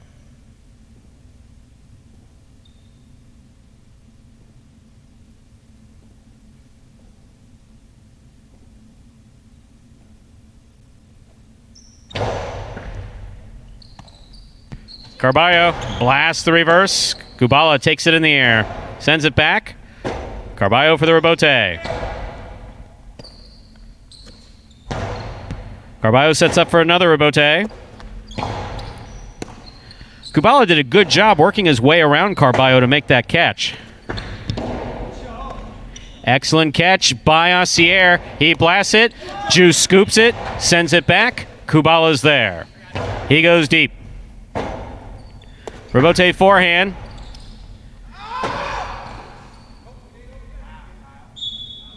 Point 3. 3 with 2 points, serving to the returning 4 posts, Lamonte and Douglas.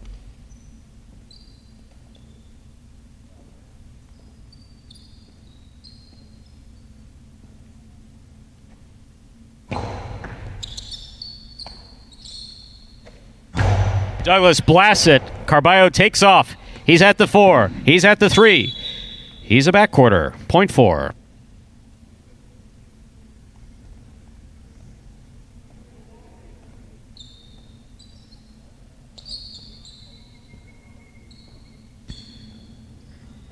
Receiving the blue shirts at post 2, Diaz and Anderluck.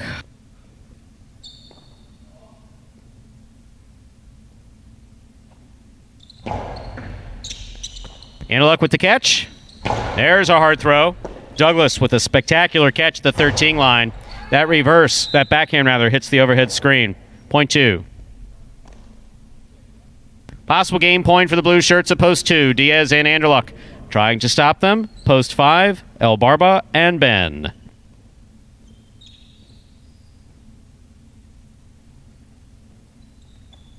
It's a good serve by Diaz. Here's Ben.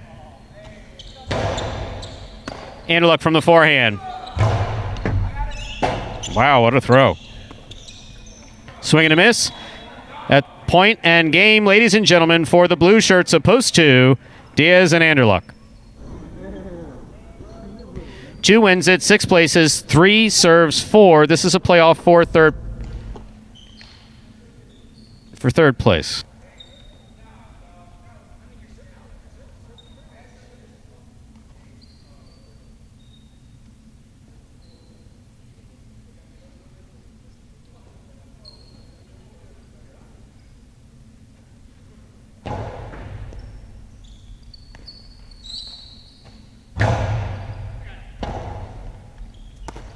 Carballo on the rebote. Here's Douglas winding up.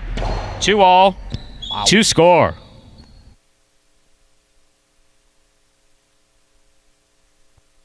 Point and a third place finish. For post 4, Lamonte and Douglas. Unofficial order finished 2-6-4.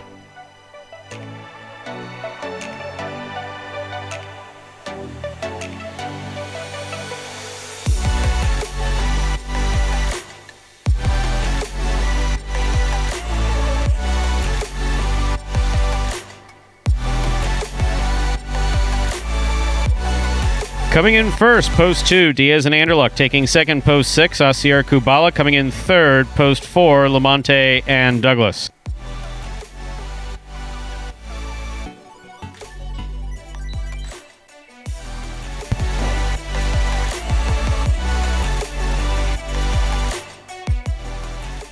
There are your prices from 5th game. Game 5, Quinella, 2-6. That's 2-6 or 6-2, $51. Trifecta 264, $245.80. And a consolation in the win pool, no one had 2 to win. So 5 to win, returning $5.60.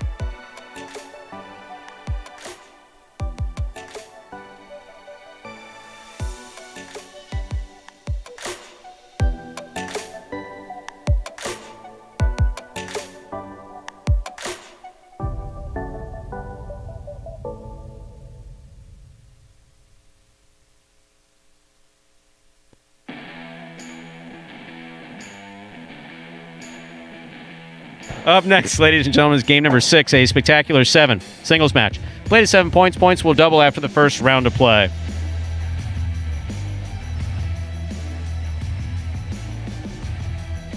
Host time for game 6, just 7 minutes away.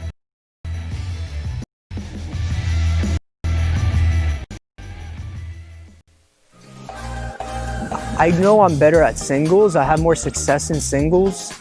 But I learn more from doubles. I walk away with a lot more life lessons, and they stick with me, I'm telling you, late into the night, and those lessons they've stuck with me. Doubles it's kind of like, what do you want and what do you need? Playing doubles, you're definitely having to trust on each other. You're trying to rely on each other. and it's just a lot like a marriage. It's compromise. It's days where you're like, wow, this person's crazy, but maybe you can't express that. You can't tell them that. You got to tell them, hey, I'm with you. I'm going to stick by you. You know, I got your back. You know, no worries. Even though maybe in your head you're like, what was this person thinking?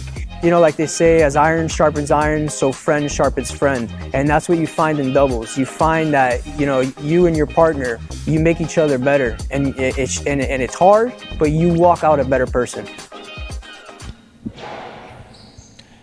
And that was Diaz as part of our player profile series. And we got some more. There's Diaz talking about his doubles play, and a big win for him and the team of Anderluck in those doubles. We mentioned, you know, Diaz's injury really was a big factor in why they haven't played nearly as many games. I mean, the only factor is why they haven't played as many games. Now their 5th win of this doubles tournament puts them in a tie for Fred and Ikeda. They're actually in 5th place out of, I think we had 10 out of the 9 teams that have played thus far, but we said significantly less games than some of those other guys. They're in the top 4 in terms of in the money percentage. Fantasy points when they have been playing, points per week, they're in the top 4 in terms of that as well. So fantasy, real highlight, and all that, they've been a really solid team. Just haven't seen them as much as the other guys, which maybe makes sense as to why that the price there for the 2 to win with that type of team was off the board. No one had that team to win, so it went down to the consolation. And I thought, yeah, it was particularly interesting. I mean, that team of Anderluck and Diaz, you said 40, I think it's just about 45% in the money now with that win in game number 5.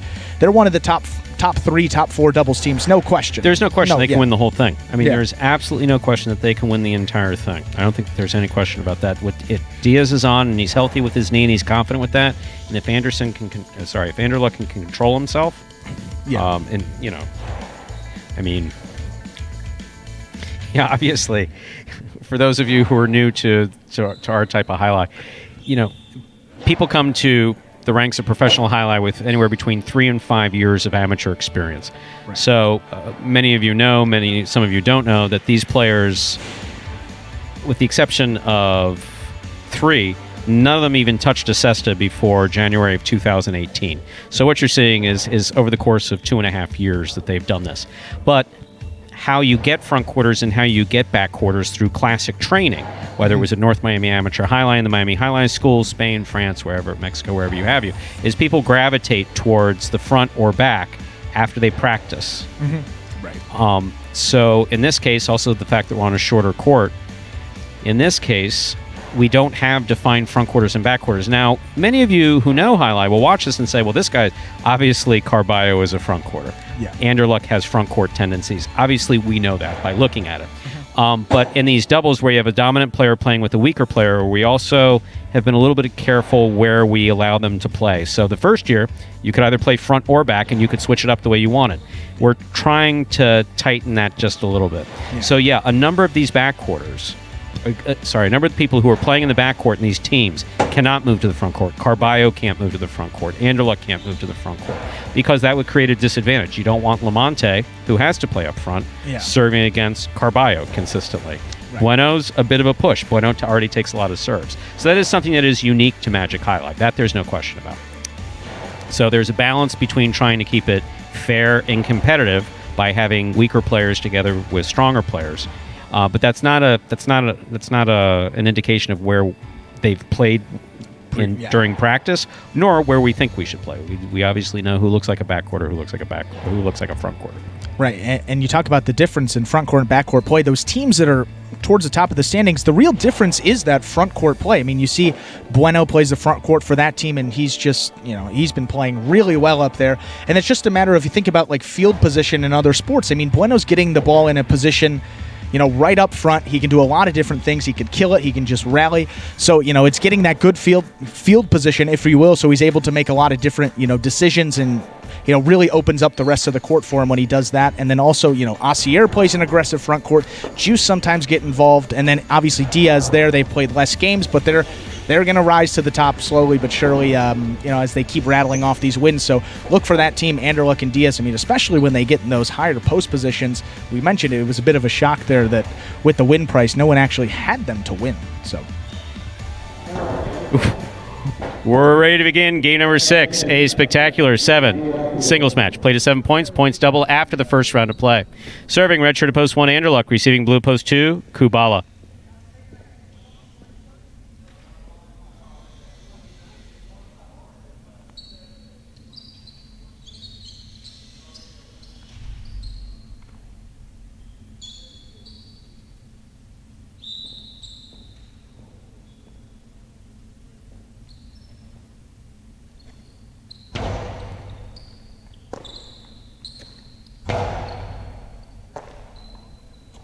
Backhand by Anderluck. White shirt at post 3 receives. Ben.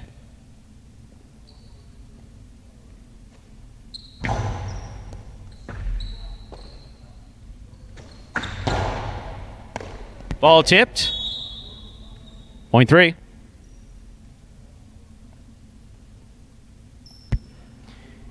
Our next matchup has Ben serving to the green shirt of post 4, Jedden.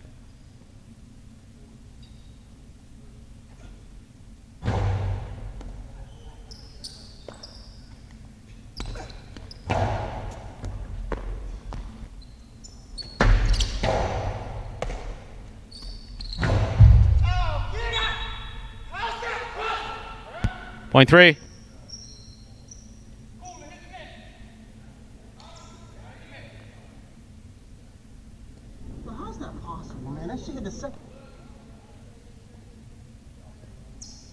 Here's the black shirt at post 5, Ron.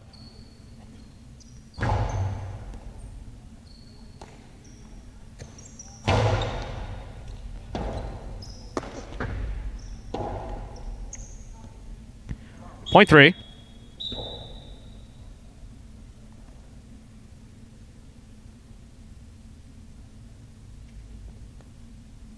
Yellow shirt at post 6, Bueno.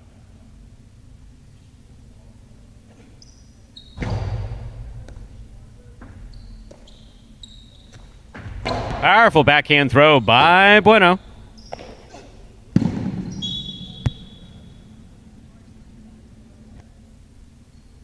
Point 6. Here's post 7, Ikeda.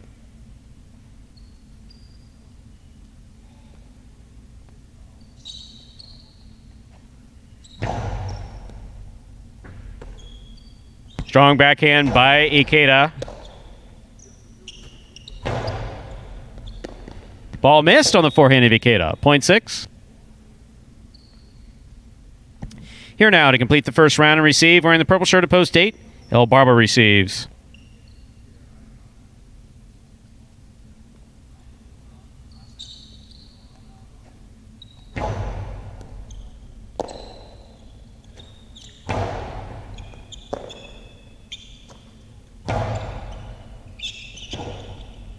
Rebote forehand by El Barba.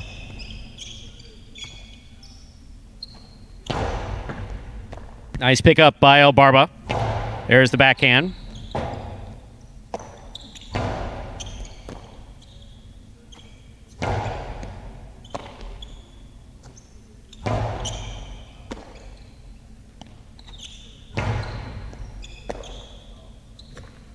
There's a strong backhand by Bueno.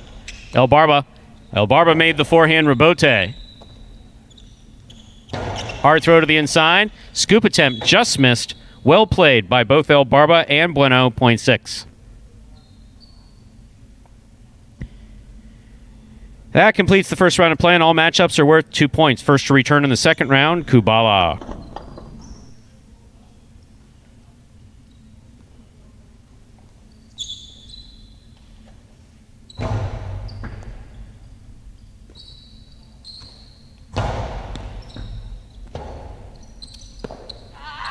Point 2.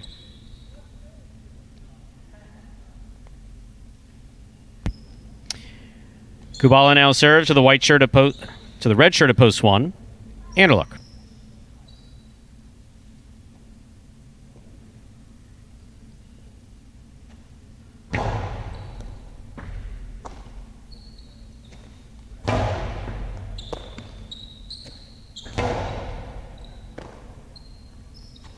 Powerful forehand by Anderluck. Good catch by Kubala. Anderluck, hard throw to the outside. Kubala looks for the rebote. Mid-court placement. Excellent catch by Kubala. There's the backhand.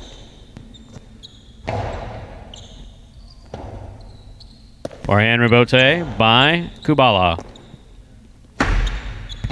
That was wild. Yeah, no. It's all right. Come back and have a seat, and we'll give this point to Kyle, and we'll move on.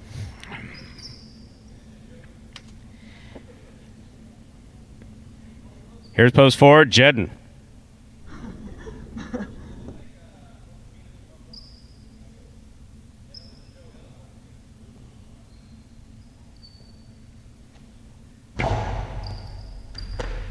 That's a beautiful catch by Jedden. Strong backhand. Wow. Kubala faked it outside, put it back inside. That hugged the wall. That was a particularly good throw by Kubala. Point 2. That'll give Kubala a possible game point. Black shirt at post 5 receives. Here's Ron.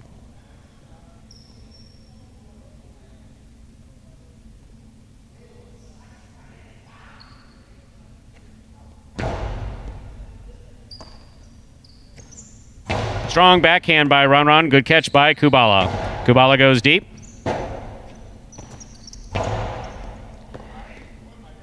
Kubala did a good job reaching around Ron. And scores for the win. Point and game. Blue shirt of post 2. Kubala.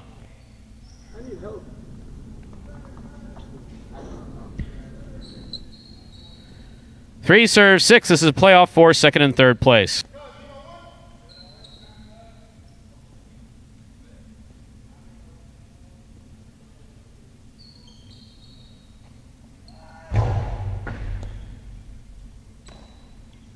That's a nice backhand by Bueno. Rebote left side, hook to the outside. And Ben apologized to Robin. Point and place to post 6. 3 shows. Unofficial order finish. 2-6-3.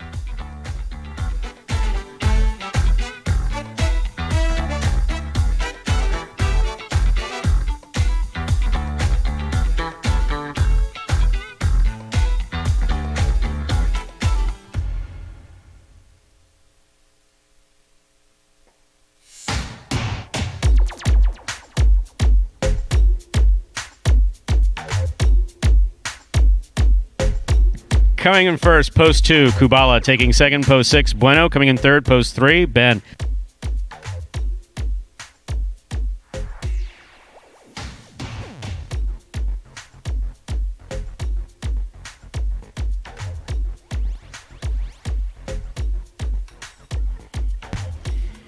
$2 Quinella 2-6. That's 2-6 or 6-2, 27.60. The trifecta 2-6-3, 176.40.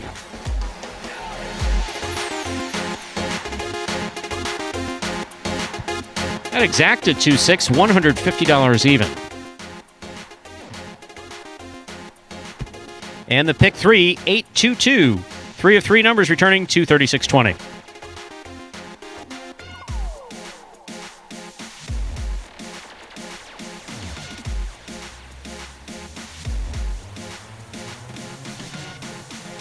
Up next, ladies and gentlemen, is game number 7, a spectacular 7.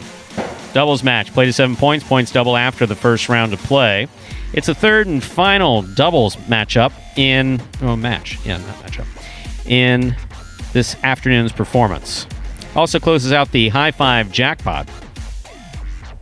In just a moment, we'll roll some of the possible outcomes and see if anyone is alive in the high 5 going into game 7.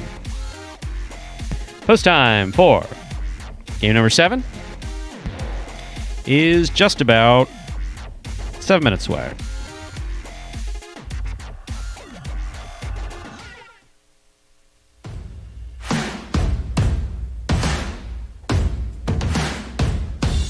We'd like to give a big congratulations to the team called Fluffiton. With a name like that, how can you lose? Fluffington scored a total of 115 points with his 4-player roster of Anderluck, Jedin, and Cool Fitness as his singles picks and the doubles pairing of Bueno and Tennessee.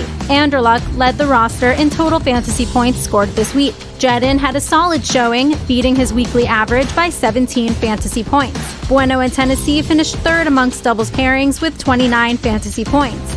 But the real MVP was Cool Fitness, who undoubtedly was the value pick of the week. As a $3 value, Cool Fitness finished 5th overall amongst singles players with 31 points. He came behind players with $9 and $10 values like Bueno, Douglas, and Decatur. Not too shabby for a $3 value pick. His performance brings him up to a $5 value in this upcoming week of fantasy. We've said it before and we'll say it again. Every week is a new chance to earn points for your fantasy team, so new members are welcome to join the league at any time. It's free to play, just make sure to get your picks in every Thursday to get in on the action. More details regarding the Fantasy League can always be found on the Instagram page at Jai-Alai Channel. Visit fantasyhighlight.com to join the league, draft your fantasy team, and start winning today. And that was a Fantasy Jai-Alai review. Yes, we have the Robote recap, which recaps the previous week's action. We're going to start doing the same thing for the Jai-Alai, Fantasy Jai-Alai. And if you would like to play along and you don't have an entry yet, fantasyhighlight.com. You go to the link. The link is on the screen right now. You follow that link. Fantasyhighlight.com will take you to that homepage. You can create your own team, and then you got to log in with an email, and then you can get to picking. These contests will go. We'll have a new contest at the start of every week. We'll be playing every week through the end of the year, so you can follow along with us pretty much through the end of November. So we got a lot of Fantasy Jai-Alai left, a lot of real Jai-Alai left. And yes, the debut of this Fantasy Jai-Alai recap. Congratulations to last week's winner, the Fluffington. I don't know the exact pronunciation of that, but add Cool Fitness in there, which was the value pick of the week. And so we're going to start to do that. We'll highlight the entry that has the most points, and that's fantasy points. And again, you get 5 points per win, 3 points per show, 3 points per place, 2 points per show, and 1 point per quad finish that your player earns throughout the week. And then the points are totaled, and the person that has the most at the end of every week will get a prize. And Stu, I have a real list of the prizes for the months now through the end of June. So the first 2 winners are going to be getting hats. Getting My Cesta and Fluffington will be getting hats. So the next 3 weeks, next 3 winners will be getting Magic City Jai-Alai hats. And then the last weekend of June, that will be the weekend of the 28th, we're concluding that doubles tournament. So a nice little touch there. The winning person will not only get a hat, but that hat will be signed by the winning doubles team of our first doubles tournament in the whole series that we got going on through the end of the season. So, yeah, the double championship first doubles team will get a hat. That's a really cool gift. And yeah, because these guys are difficult. You walk up to say, "Hey, can I have an autograph?" Give me an autograph. They give you this really stern look. And me?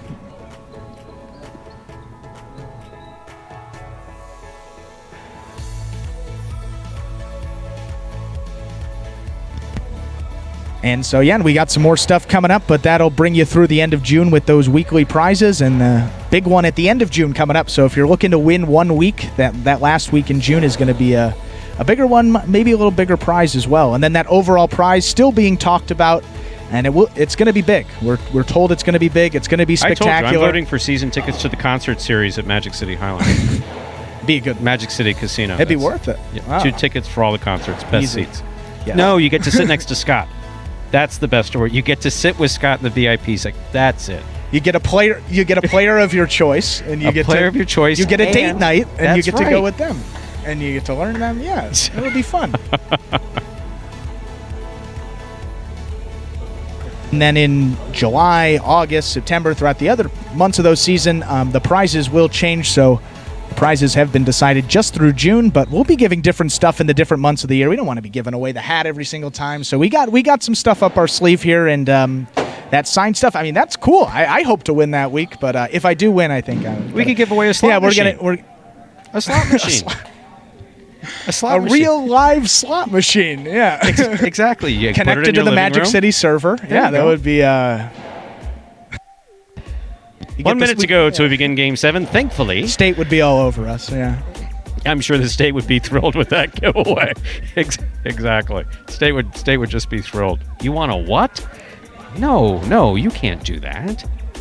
actually growing up in our house, and this is going to come as a shock as a 22-year-old in the parimutuel industry. We had a real slot machine that we had some quarters, and we would put them in and we would do it, and then we could get the money out of the back of the machine, but then every 100 we'd get a jackpot, we'd freak out. So yeah, it makes sense why the highlight parallel. So your parents were collecting gambling income from their kids in the house? That's awful. Well, we had communal quarters. Right. They weren't. It must have been there. God. Think about it's tough life growing up there. Think about that. Right? Did anybody call the authorities on that?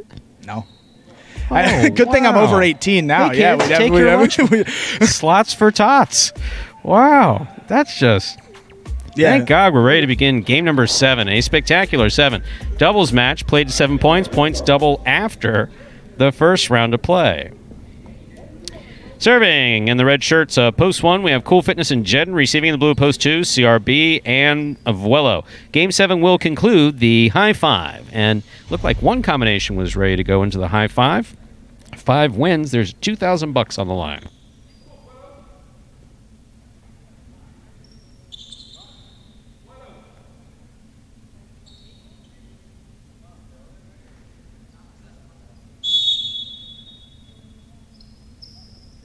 There's the serve. We begin game 7.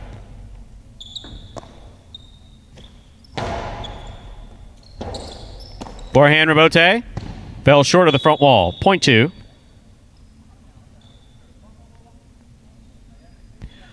Our next matchup has CRB serving to the white shirts of post 3. Bueno and Tennessee receive.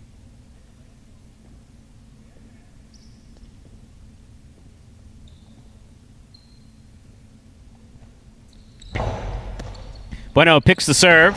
He goes deep. That's the rebote. Played nicely by CRB. Bueno's there. Vuelo, good catch behind the 12 line. Nice backhand.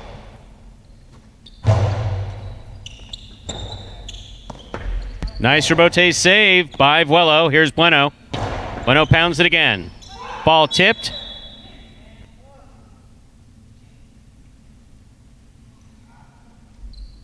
Point 3.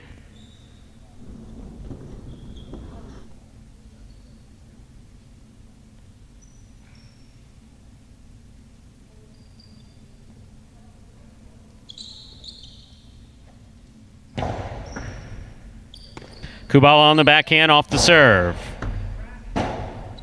Rebote left side by Bueno.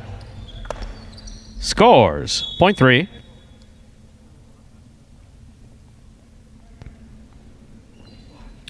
Now receiving the black shirts of post 5, the team of Juice and Carballo.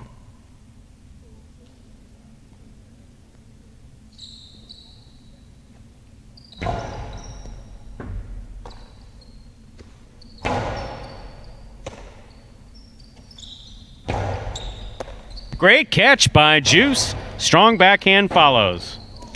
Rebote to the overhead screen. Out of play, point 5.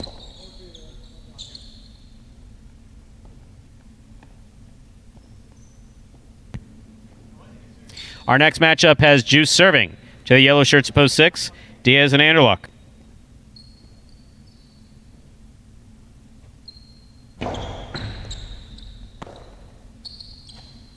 Anderluck with the powerful forehand, caught by Carballo. Catch by Anderluck. Ball dropped. Point 6. Sixers, post 7. El Barba and Ben.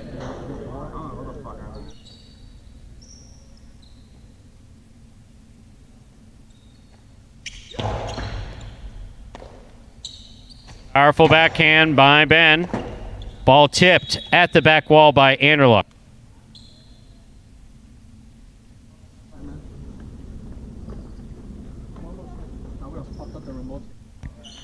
On the court, ready to receive. Purple shirts, post 8. Lamonte and Douglas to complete the first round of play.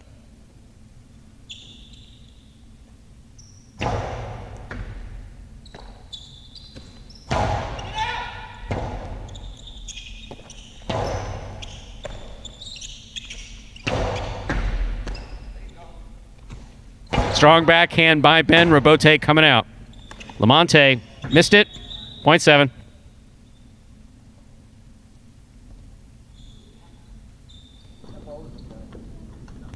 That completes the first round of play. All matchups are now worth 2 points. First to return, post 1, Cool Fitness and Jed.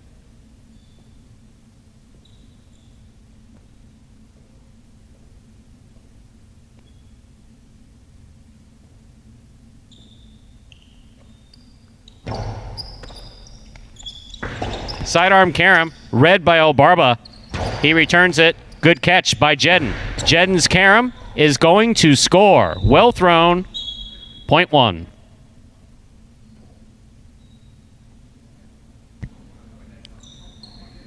This next matchup has Juice as Jedden serving to the blue shirts opposed to CRB and Vuelo.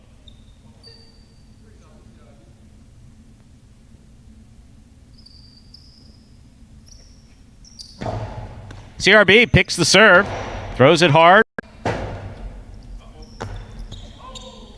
That was a good effort by Jedden. Those balls are coming out on the rebote at the side wall, particularly difficult to get. Good effort. Point goes to the 2. Green shirts opposed 4 enter the court. Asier Kubala.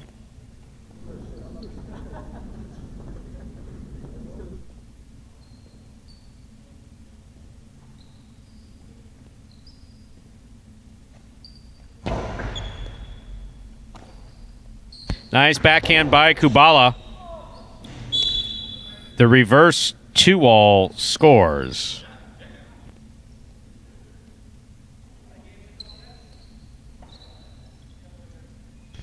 Post 3 receives. Bueno in Tennessee.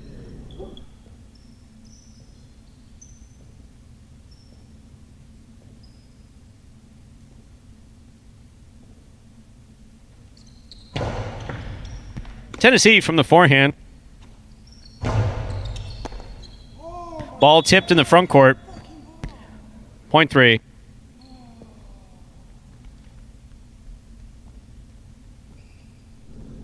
Black shirts opposed 5, Juice and Carballo.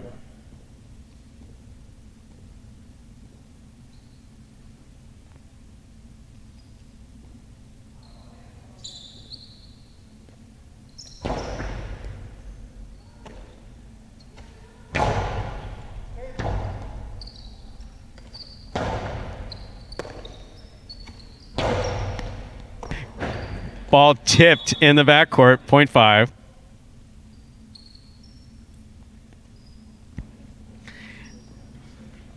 Here's post 6 in the yellow shirts, Diaz and Anderla.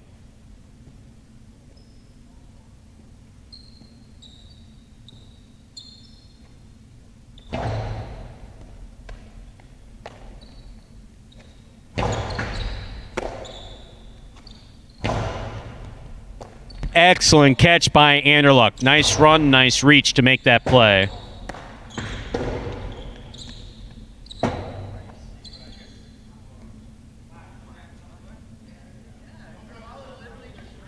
Point 5.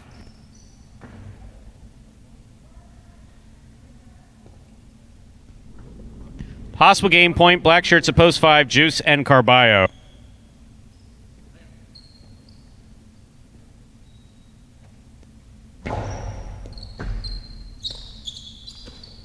Strong backhand by Douglas. Robote coming out. Douglas on the catch. And that 2-all is in the pad. Point in game. Black shirts at post 5, Juice and Carballo. 3 places, 2 shows. Unofficial order of finish. 5-3-2. No playoff here.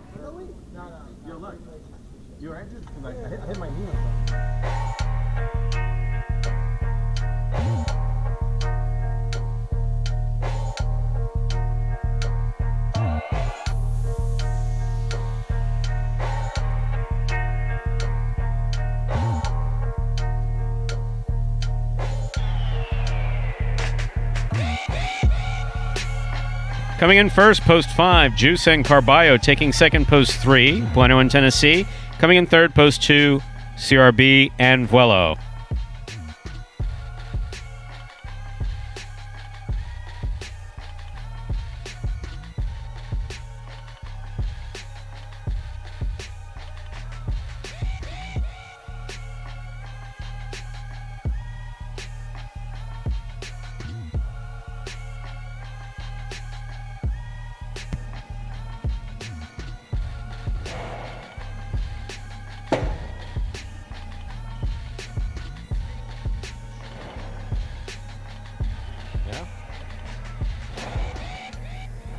There are your prices for Game 7.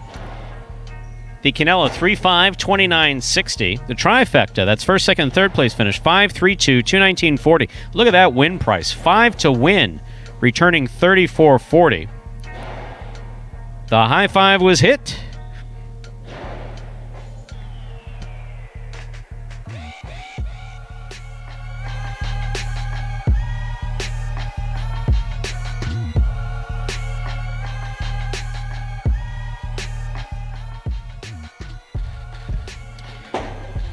$68225. 5 of 5 numbers returning $2,000.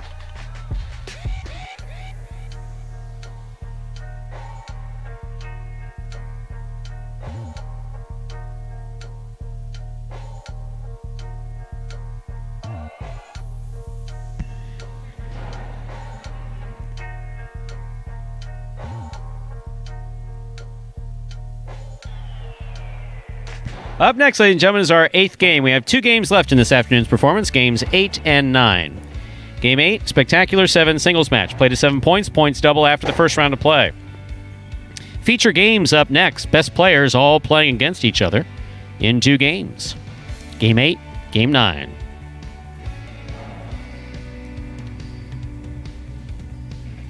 Post time for Game 8, 7 minutes away.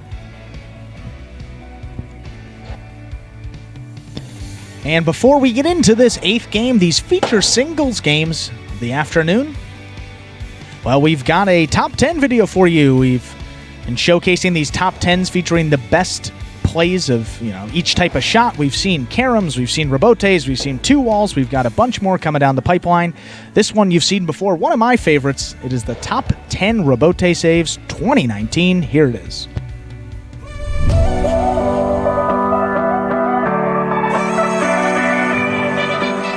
Outside placement from Poole. Asier goes back for the rebote, diving, and that's a 2-wall, and lands just in. That will score.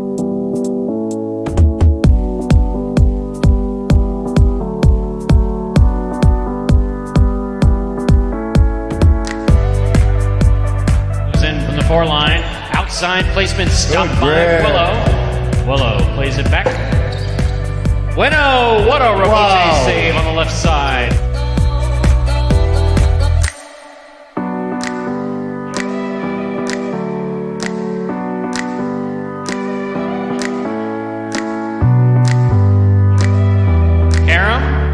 Stopped on the forehand of Jin. What a beautiful rebote. Jin on the run, 2 bounces, scores.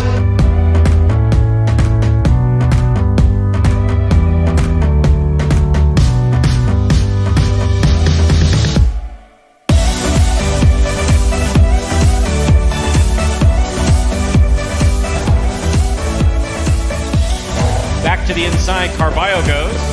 Douglas with the blind save. Just lobbed it up under his arm.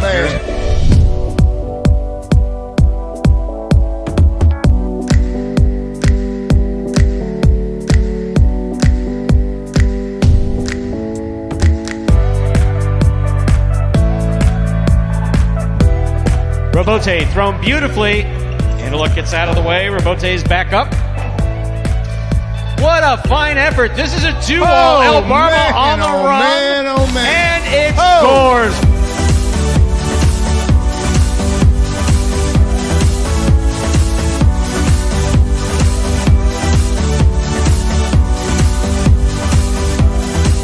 Carballo picks the serve. Here's the reverse. That is a diving save by CRB.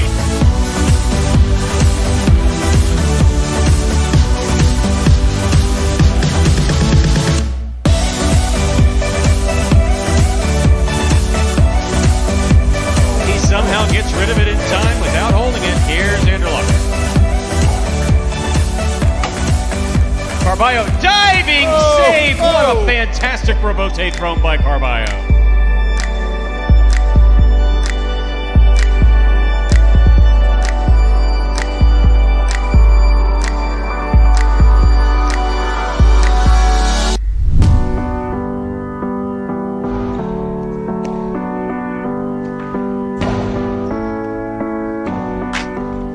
diving save. It's up. It's in.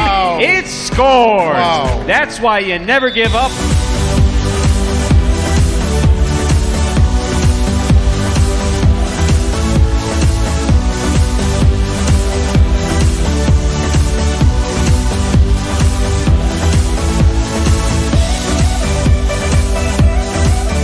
Big left side takes an interesting hop, goes to the outside. There's Douglas. First play back to the inside. High bouncer. Carballo waits for it. Wow. Unbelievable. Rebote save.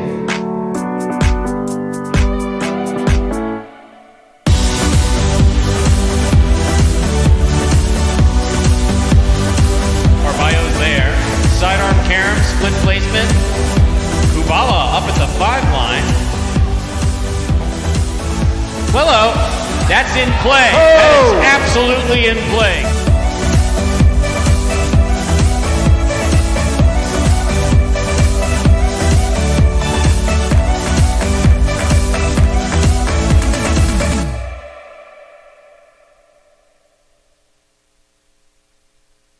And those were the top 10 rebotes from the 2019 season. Helmets flying, bodies all over the court.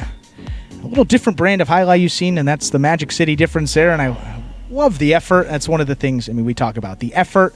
Guys diving, guys, not giving up. Rebotes, second effort rebotes, missing it on the front end. Just everything you like to see here. And as we said, those will be some more of those top 10 videos coming. I think we've shown the rebotes, we've shown the caroms, we've shown the 2 walls. So there's a couple more shots, and then just a collection of some extra best plays as well, and that will be coming for you. We've got all season for all these videos, so that'll be coming to you soon. So make sure to stay tuned for those. 1 minute to go till we begin Game 8. Game 8 now just less than a minute away.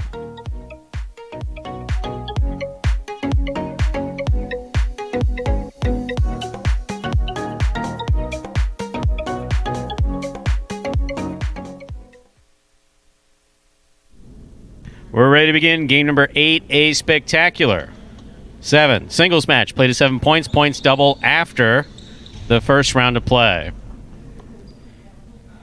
Serving in the red shirt at post 1, we have Anderluck. Receiving in the blue at post 2, Carballo.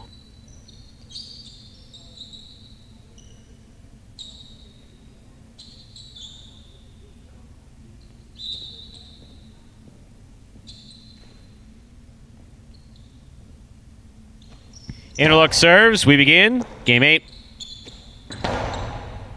Catch on the forehand of Anderluck. That's a beautiful carom thrown by Anderluck to score. Well thrown, point 1. Anderluck first up on the board in our 8th game. Here's the white shirt at post 3, Jedin.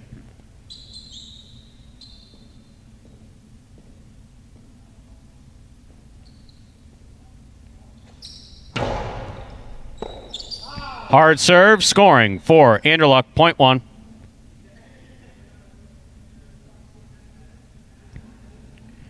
Our next matchup has Anderluck serving to the green shirt at post 4, worn by Ron.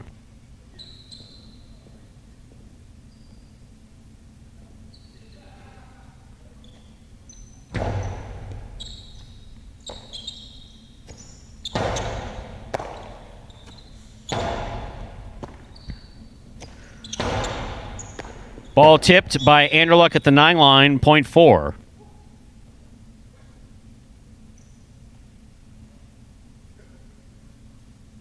This matchup has Ron serving to the black shirt at post 5, Douglas.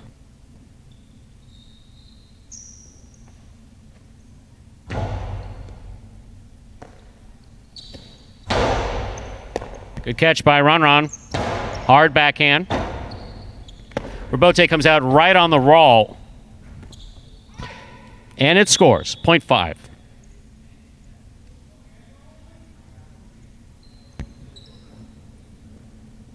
Yellow shirt at post 6, Ikeda receives.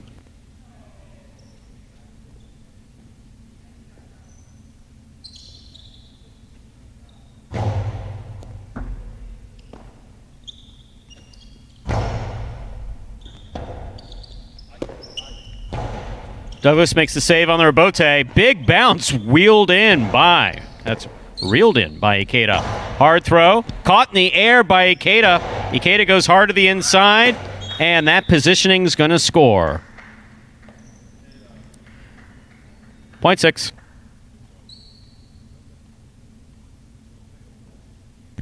Six serves, 2 posts, 7. Kubala.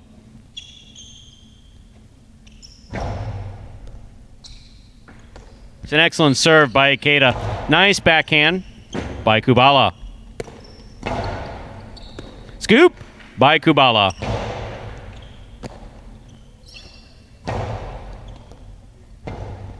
Rebote forehand. Ikeda steps up to the 5 line to make the catch, and he scores on the forehand return. 0.6.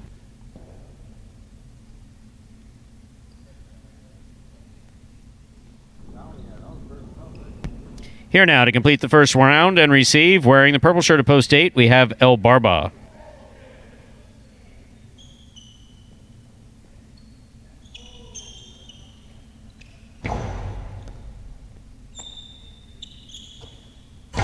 Nice backhand by El Barba.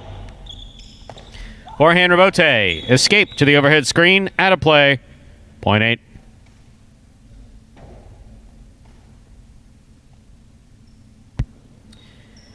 That completes the first round of play. All matchups are now worth 2 points. First to return in the second round is Carballo in the blue of post 2.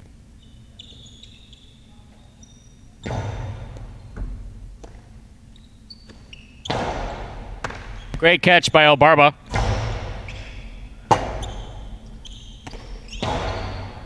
El Barba on the catch.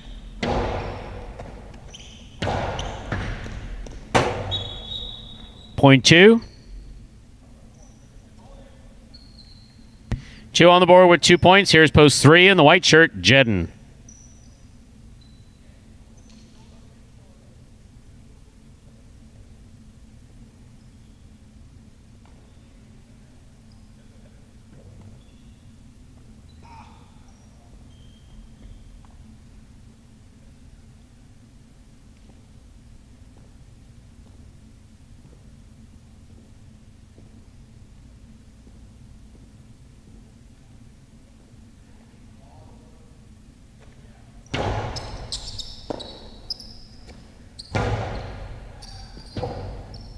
Rebote left side to the inside. Jedden's there. Jedden on the reverse 2-all. Carballo on the rebote. Good placement.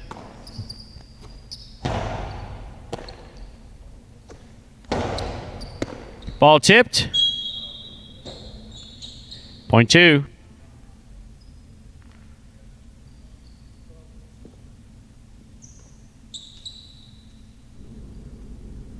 Here's post 1, Anderluck.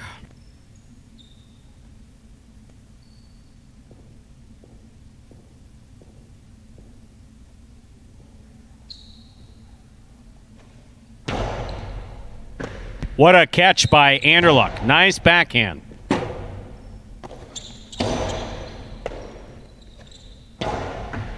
Carballo on the catch. Low and hard on the backhand. Anderluck is there. Hard throw. Rebote for Carballo. Anderluck from the forehand. Hard to the inside. Carballo takes it on the forehand. Scoop missed. Rebote's there. That's a nice rebote for Anderluck. Carballo from the 10 line. Rebote missed. Point 2. Carballo has 6 points and therefore a possible game point. Trying to stop him, Ron.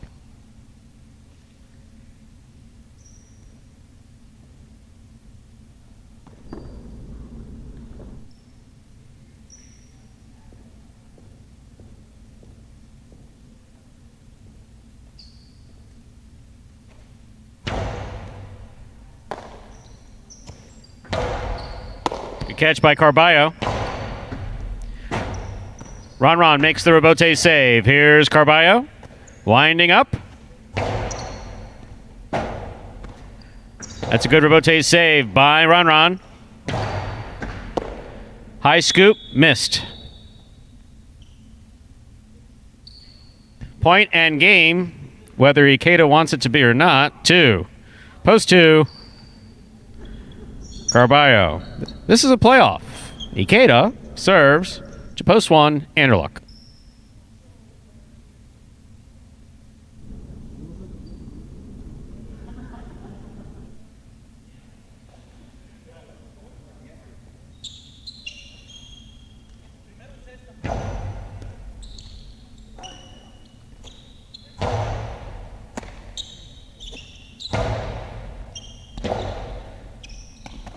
Strong forehand rebote, play to pass by Anderluck. 2-all does not cut out. That carom does cut out.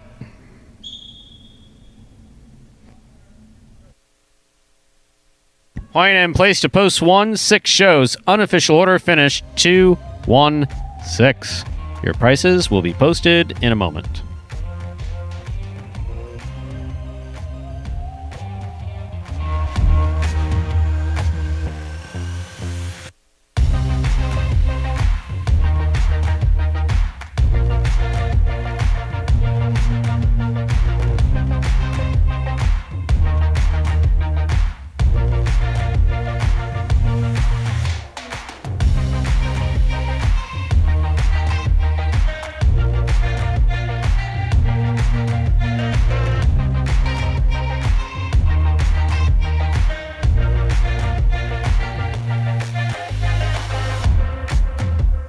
Coming in first, post 2, Carballo taking second, post 1. Anderluck coming in third, post 6. Ikeda, 216 is official, and there are your prices.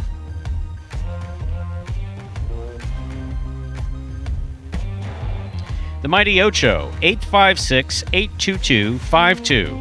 4 of 8 numbers returning $14. The carryover, $1,137.60. That jackpot is growing.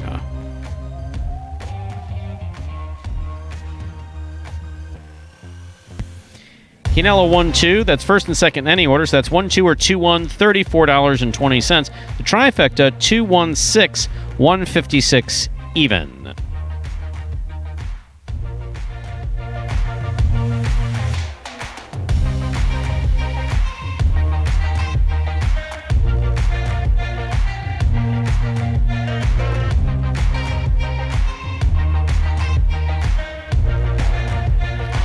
Up next, ladies and gentlemen, is our 9th final game of the day. A spectacular 9 superfecta match. Next game is played at 9. That's 9 points.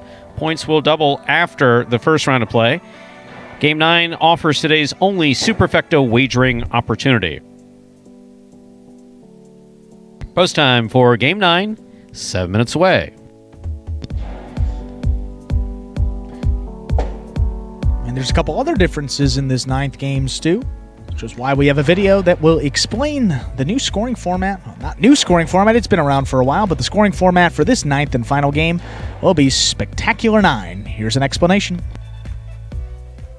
Spectacular 9 singles games are played with 8 players. Each player wears a different color jersey numbered 1 through 8 on the front. These numbers are traditionally referred to as post numbers. Post numbers are used to signify the order in which the athletes will play in a game. These numbers are also used for betting purposes. Don't be confused by the numbers on the back of our jerseys. Those are just for fun. Each game begins when the player in the post 1 red jersey serves to the player in the post 2 blue jersey. The served ball must land between the 4 and 7 lines marked on the court's side wall. If the ball lands between those lines, the serve is good and play continues until one of those 2 players wins that matchup. The player who loses the matchup exits the court and waits for his next turn at the end of the rotation. It's important to note that every game has 2 rounds. The first 7 matchups in a game make up round 1. Each matchup in round 1 is worth 1 point. Round 2 refers to all matchups that take place after the 7th and final matchup of round 1. The number of matchups in round 2 varies from game to game.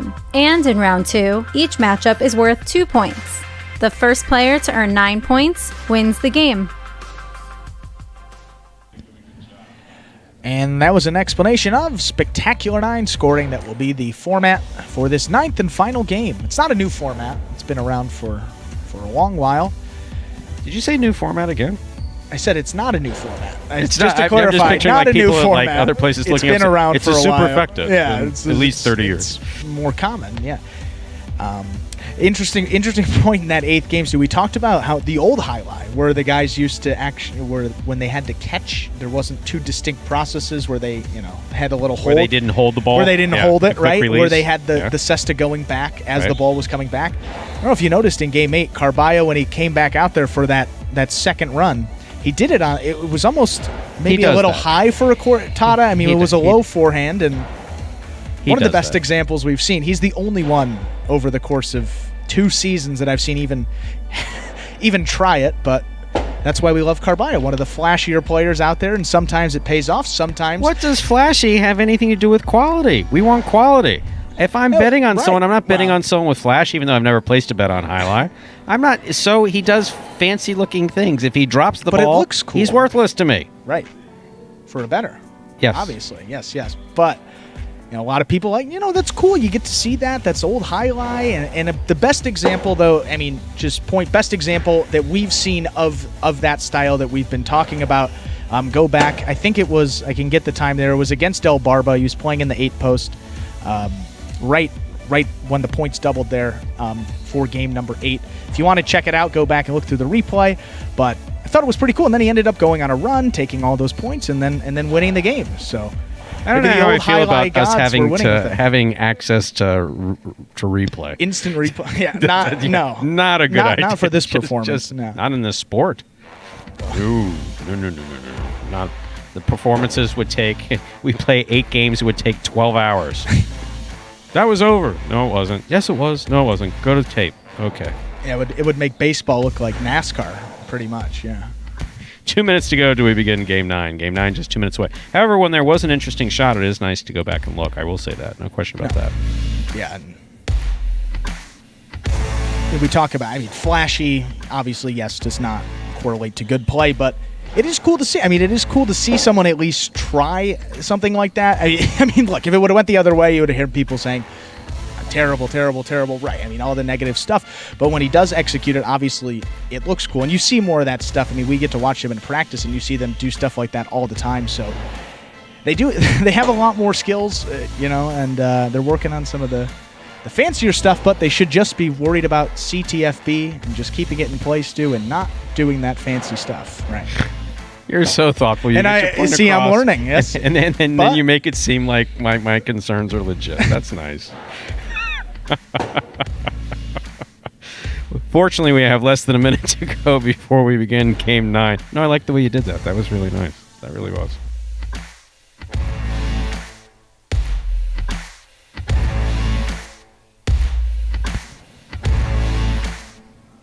Oh! You guys are asking? Not that I read anything anyplace, but no, I've never placed a bet on highlight. Never. I started announcing in 1991. I became a manager in 1997. I started sneaking into highlight when I was 15 at Miami Highlight. Yeah. So that was 1984. I started sneaking into highlight. I've never placed a bet on highlight. Never. Wow. Nope. Sabermetric stat of the day. Do you know what it is? Oddly enough, I like to be able to enjoy every point that I watch. It's true. I want to be able to enjoy every point regardless of who's playing it. Right, and that could that's impact it anyway. No, that's a really just my own thing. Good thing. Right? Totally my own thing. All right, so what say we begin game 9? A spectacular 9 superfecta match. Sorry, sound like a big mouse ran by me behind. A spectacular 9 singles match. Played 7 points, played 9 points. Points double after the first round of play. Anderluck serves, Carballo receives. There's the serve. We begin. That's a beautiful carom executed by Anderluck to score .1.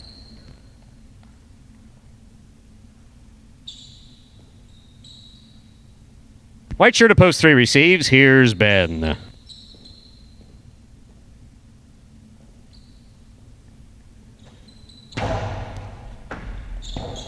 That ball came rifling off of the sidewall in on Ben and scores. .1.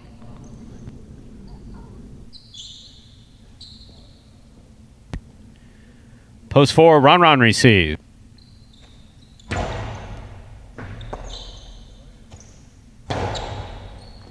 Scoop. Missed. Point 4.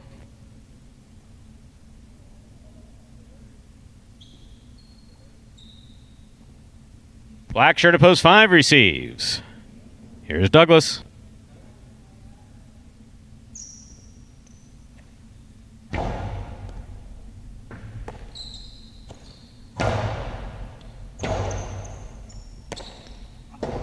Dejado Robote is going to score for Ron. Well thrown, point 4.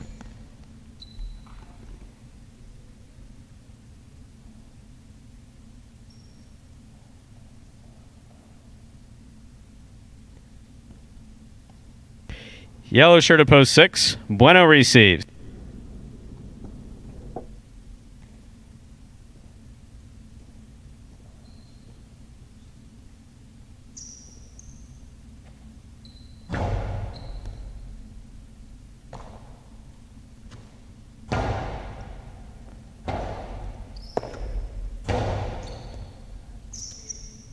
Bueno comes over the top. Ron moves up, takes the ball in the air. Sends it back to pass. A little too high. Robote coming out. 2-all Robote. Does not cut out. Ron's there. Good catch by Bueno. Sends it straight back. Ron for the Robote. Hard Robote from the left side. Ron takes the ball in the air.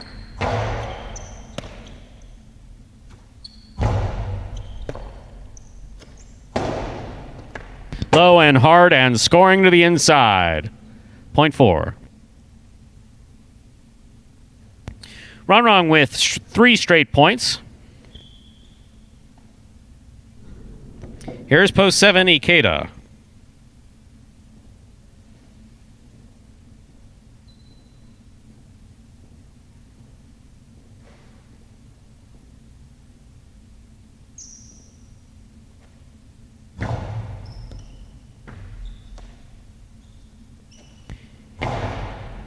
Scoop by Ron.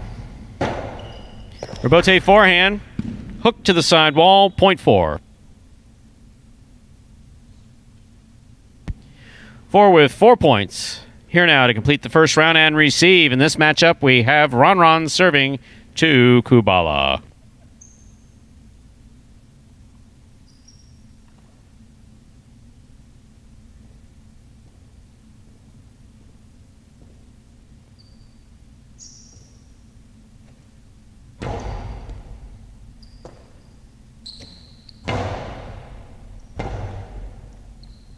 Forehand Robote to the outside. Point 8.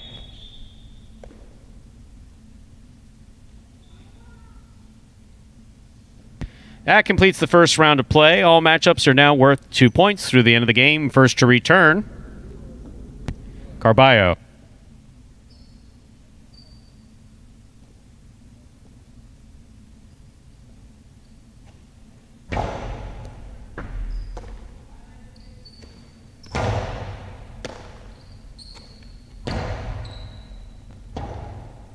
Robote forehand by Carballo. Will score. Point 2.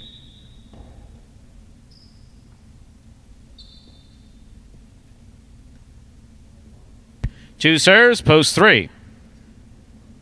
Here's Ben.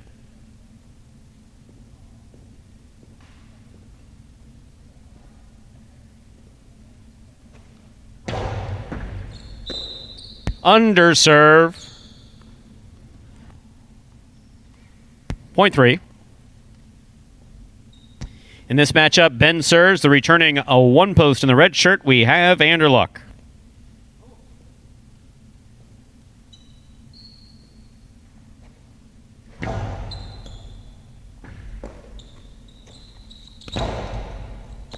Ben with a great catch. Strong backhand. Anderluck hangs in there to make the Robote from the forehand.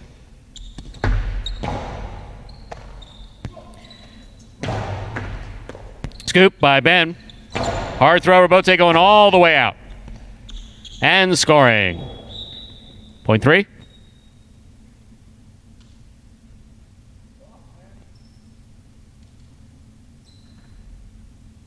Ben has 4 points. He serves to the black shirt at post 5. Here's Douglas.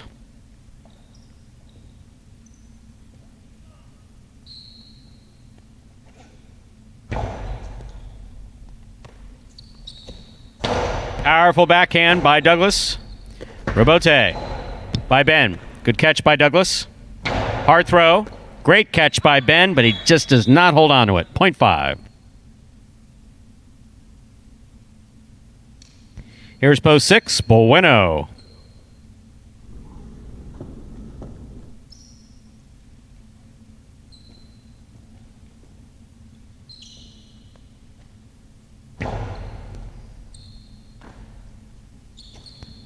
That's a good catch by Bueno. A nice backhand. Douglas for the rebote. Real hard. Rebote. Soft touch by Douglas. Keeps it in play. Here's Bueno. Scoop attempt missed. 0.6.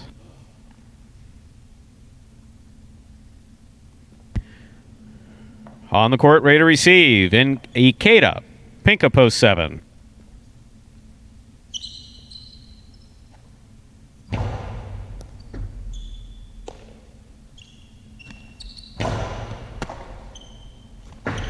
Bueno winds up the 2-all and scores 0.6.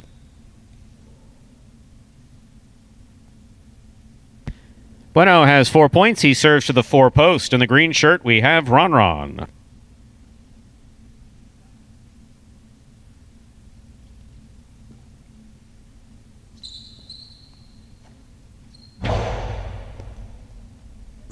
That died coming out of the service box. Ron hustled up to get the catch. Inside placement scores 0.6.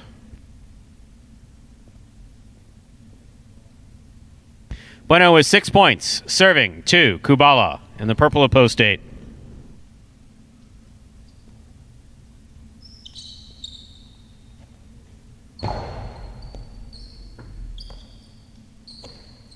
That's a nice backhand throw by Kubala. Rebote forehand by Bueno. Kubala's there.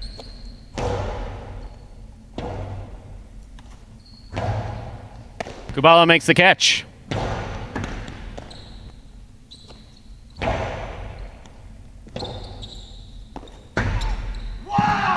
Nice try by Kubala to try to make that.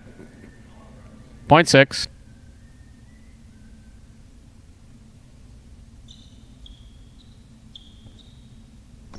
Possible game point.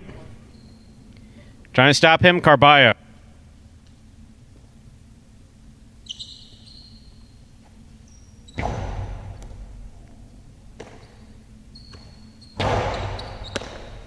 There's the catch by Bueno. Nice 2-all. Bueno with the hard throw. Good catch by Carballo. Carom by Carballo opens up. Bueno's on it. Bueno's Carom opens up. Carballo's on it. And no.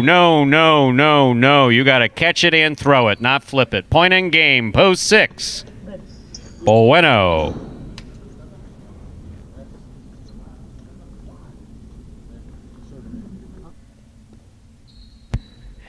This is a playoff for second and third place. 3 serves, 4. We'll then have a playoff for fourth.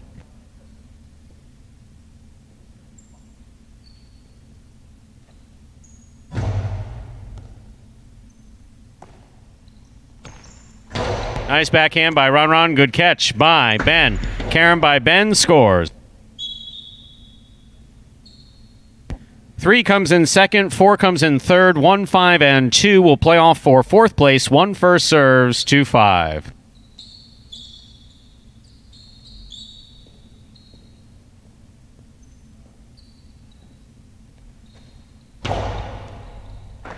That was a beautiful serve by Anderluck to score.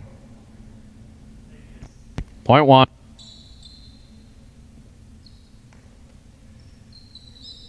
Possible fourth place finish here for Anderluck. Here's Carballo.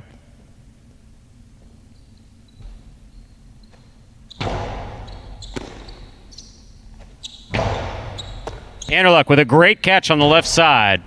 Carballo, forehand at the 11 line. Went outside, not far enough, but it does score. Point 2. Last matchup of the day. Carballo serves to Anderluck for 4th place.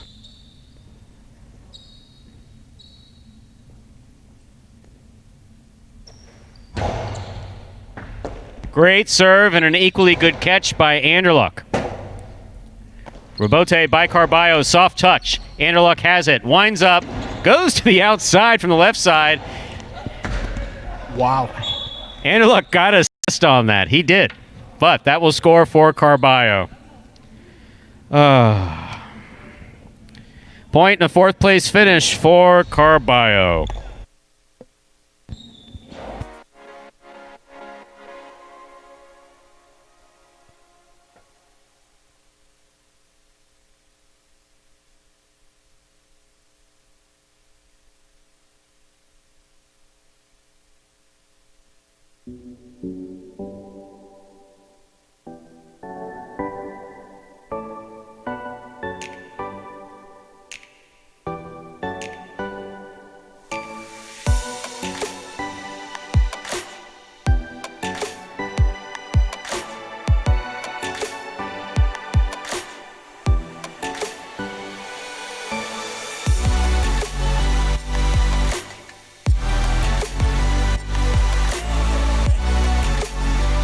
Coming in first, post 6.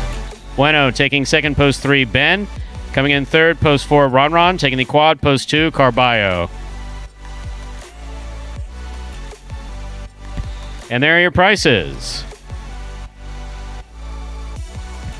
The Super, 6342, $250. The Quinella, 3-6, that's 3-6 or 6-3, $93.60. The Trifecta, 634, that's a nice trifecta price, $630. So that was some interesting play there at the end. We had that Carballo play again. We talked about it. He tried to do it one more time, and that's we talked about. But you see, the whole point is this: don't try to do it when people are betting on you. That's my thing. 100%. Don't do fancy stuff when people are betting on you. You want to do it on the practices? Do it on the practices. So yes, so I'm going to have a verbally abusive conversation with him, in which I'm going to reemphasize the point that he's not good enough to do that. He shouldn't be trying that. People who can't hit the front wall consistently shouldn't be trying fancy stuff. All these things that the public never gets a chance to hear me say, which is a good thing. Which is a good thing. And so we'll re-emphasize this point. But other than that, the last one was fancy looking. And recapping the play here, a couple guys with 2 wins looking at the Golden Cesta. Very early still for the person with the most wins in singles on the week. 3 people tied with 2 wins. Tennessee, nice day for him. 2 wins to go along with a place in the show.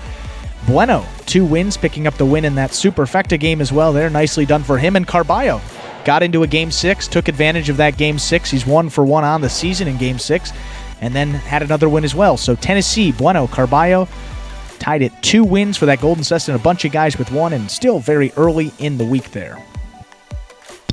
And what? And I think that's it. We updated the doubles already, but we'll go through it again. Doubles overall, everyone. Wow, almost every team on the board. No one with multiple wins, only Jedden and Cool Fitness and Vuelo and CRB. Outside of that, every doubles team got on the board today. Good to see that. Overall, a good day of play here at Magic City. We'll be back, and we're going to do it again tomorrow with a 12 p.m. post time and a 4 p.m. post time. Then 4 p.m. on Saturday, 12 on Sunday. And that, ladies and gentlemen, will do it for this Thursday afternoon performance of Live Jai-Alai in the Magic City on YouTube's Jai-Alai Channel.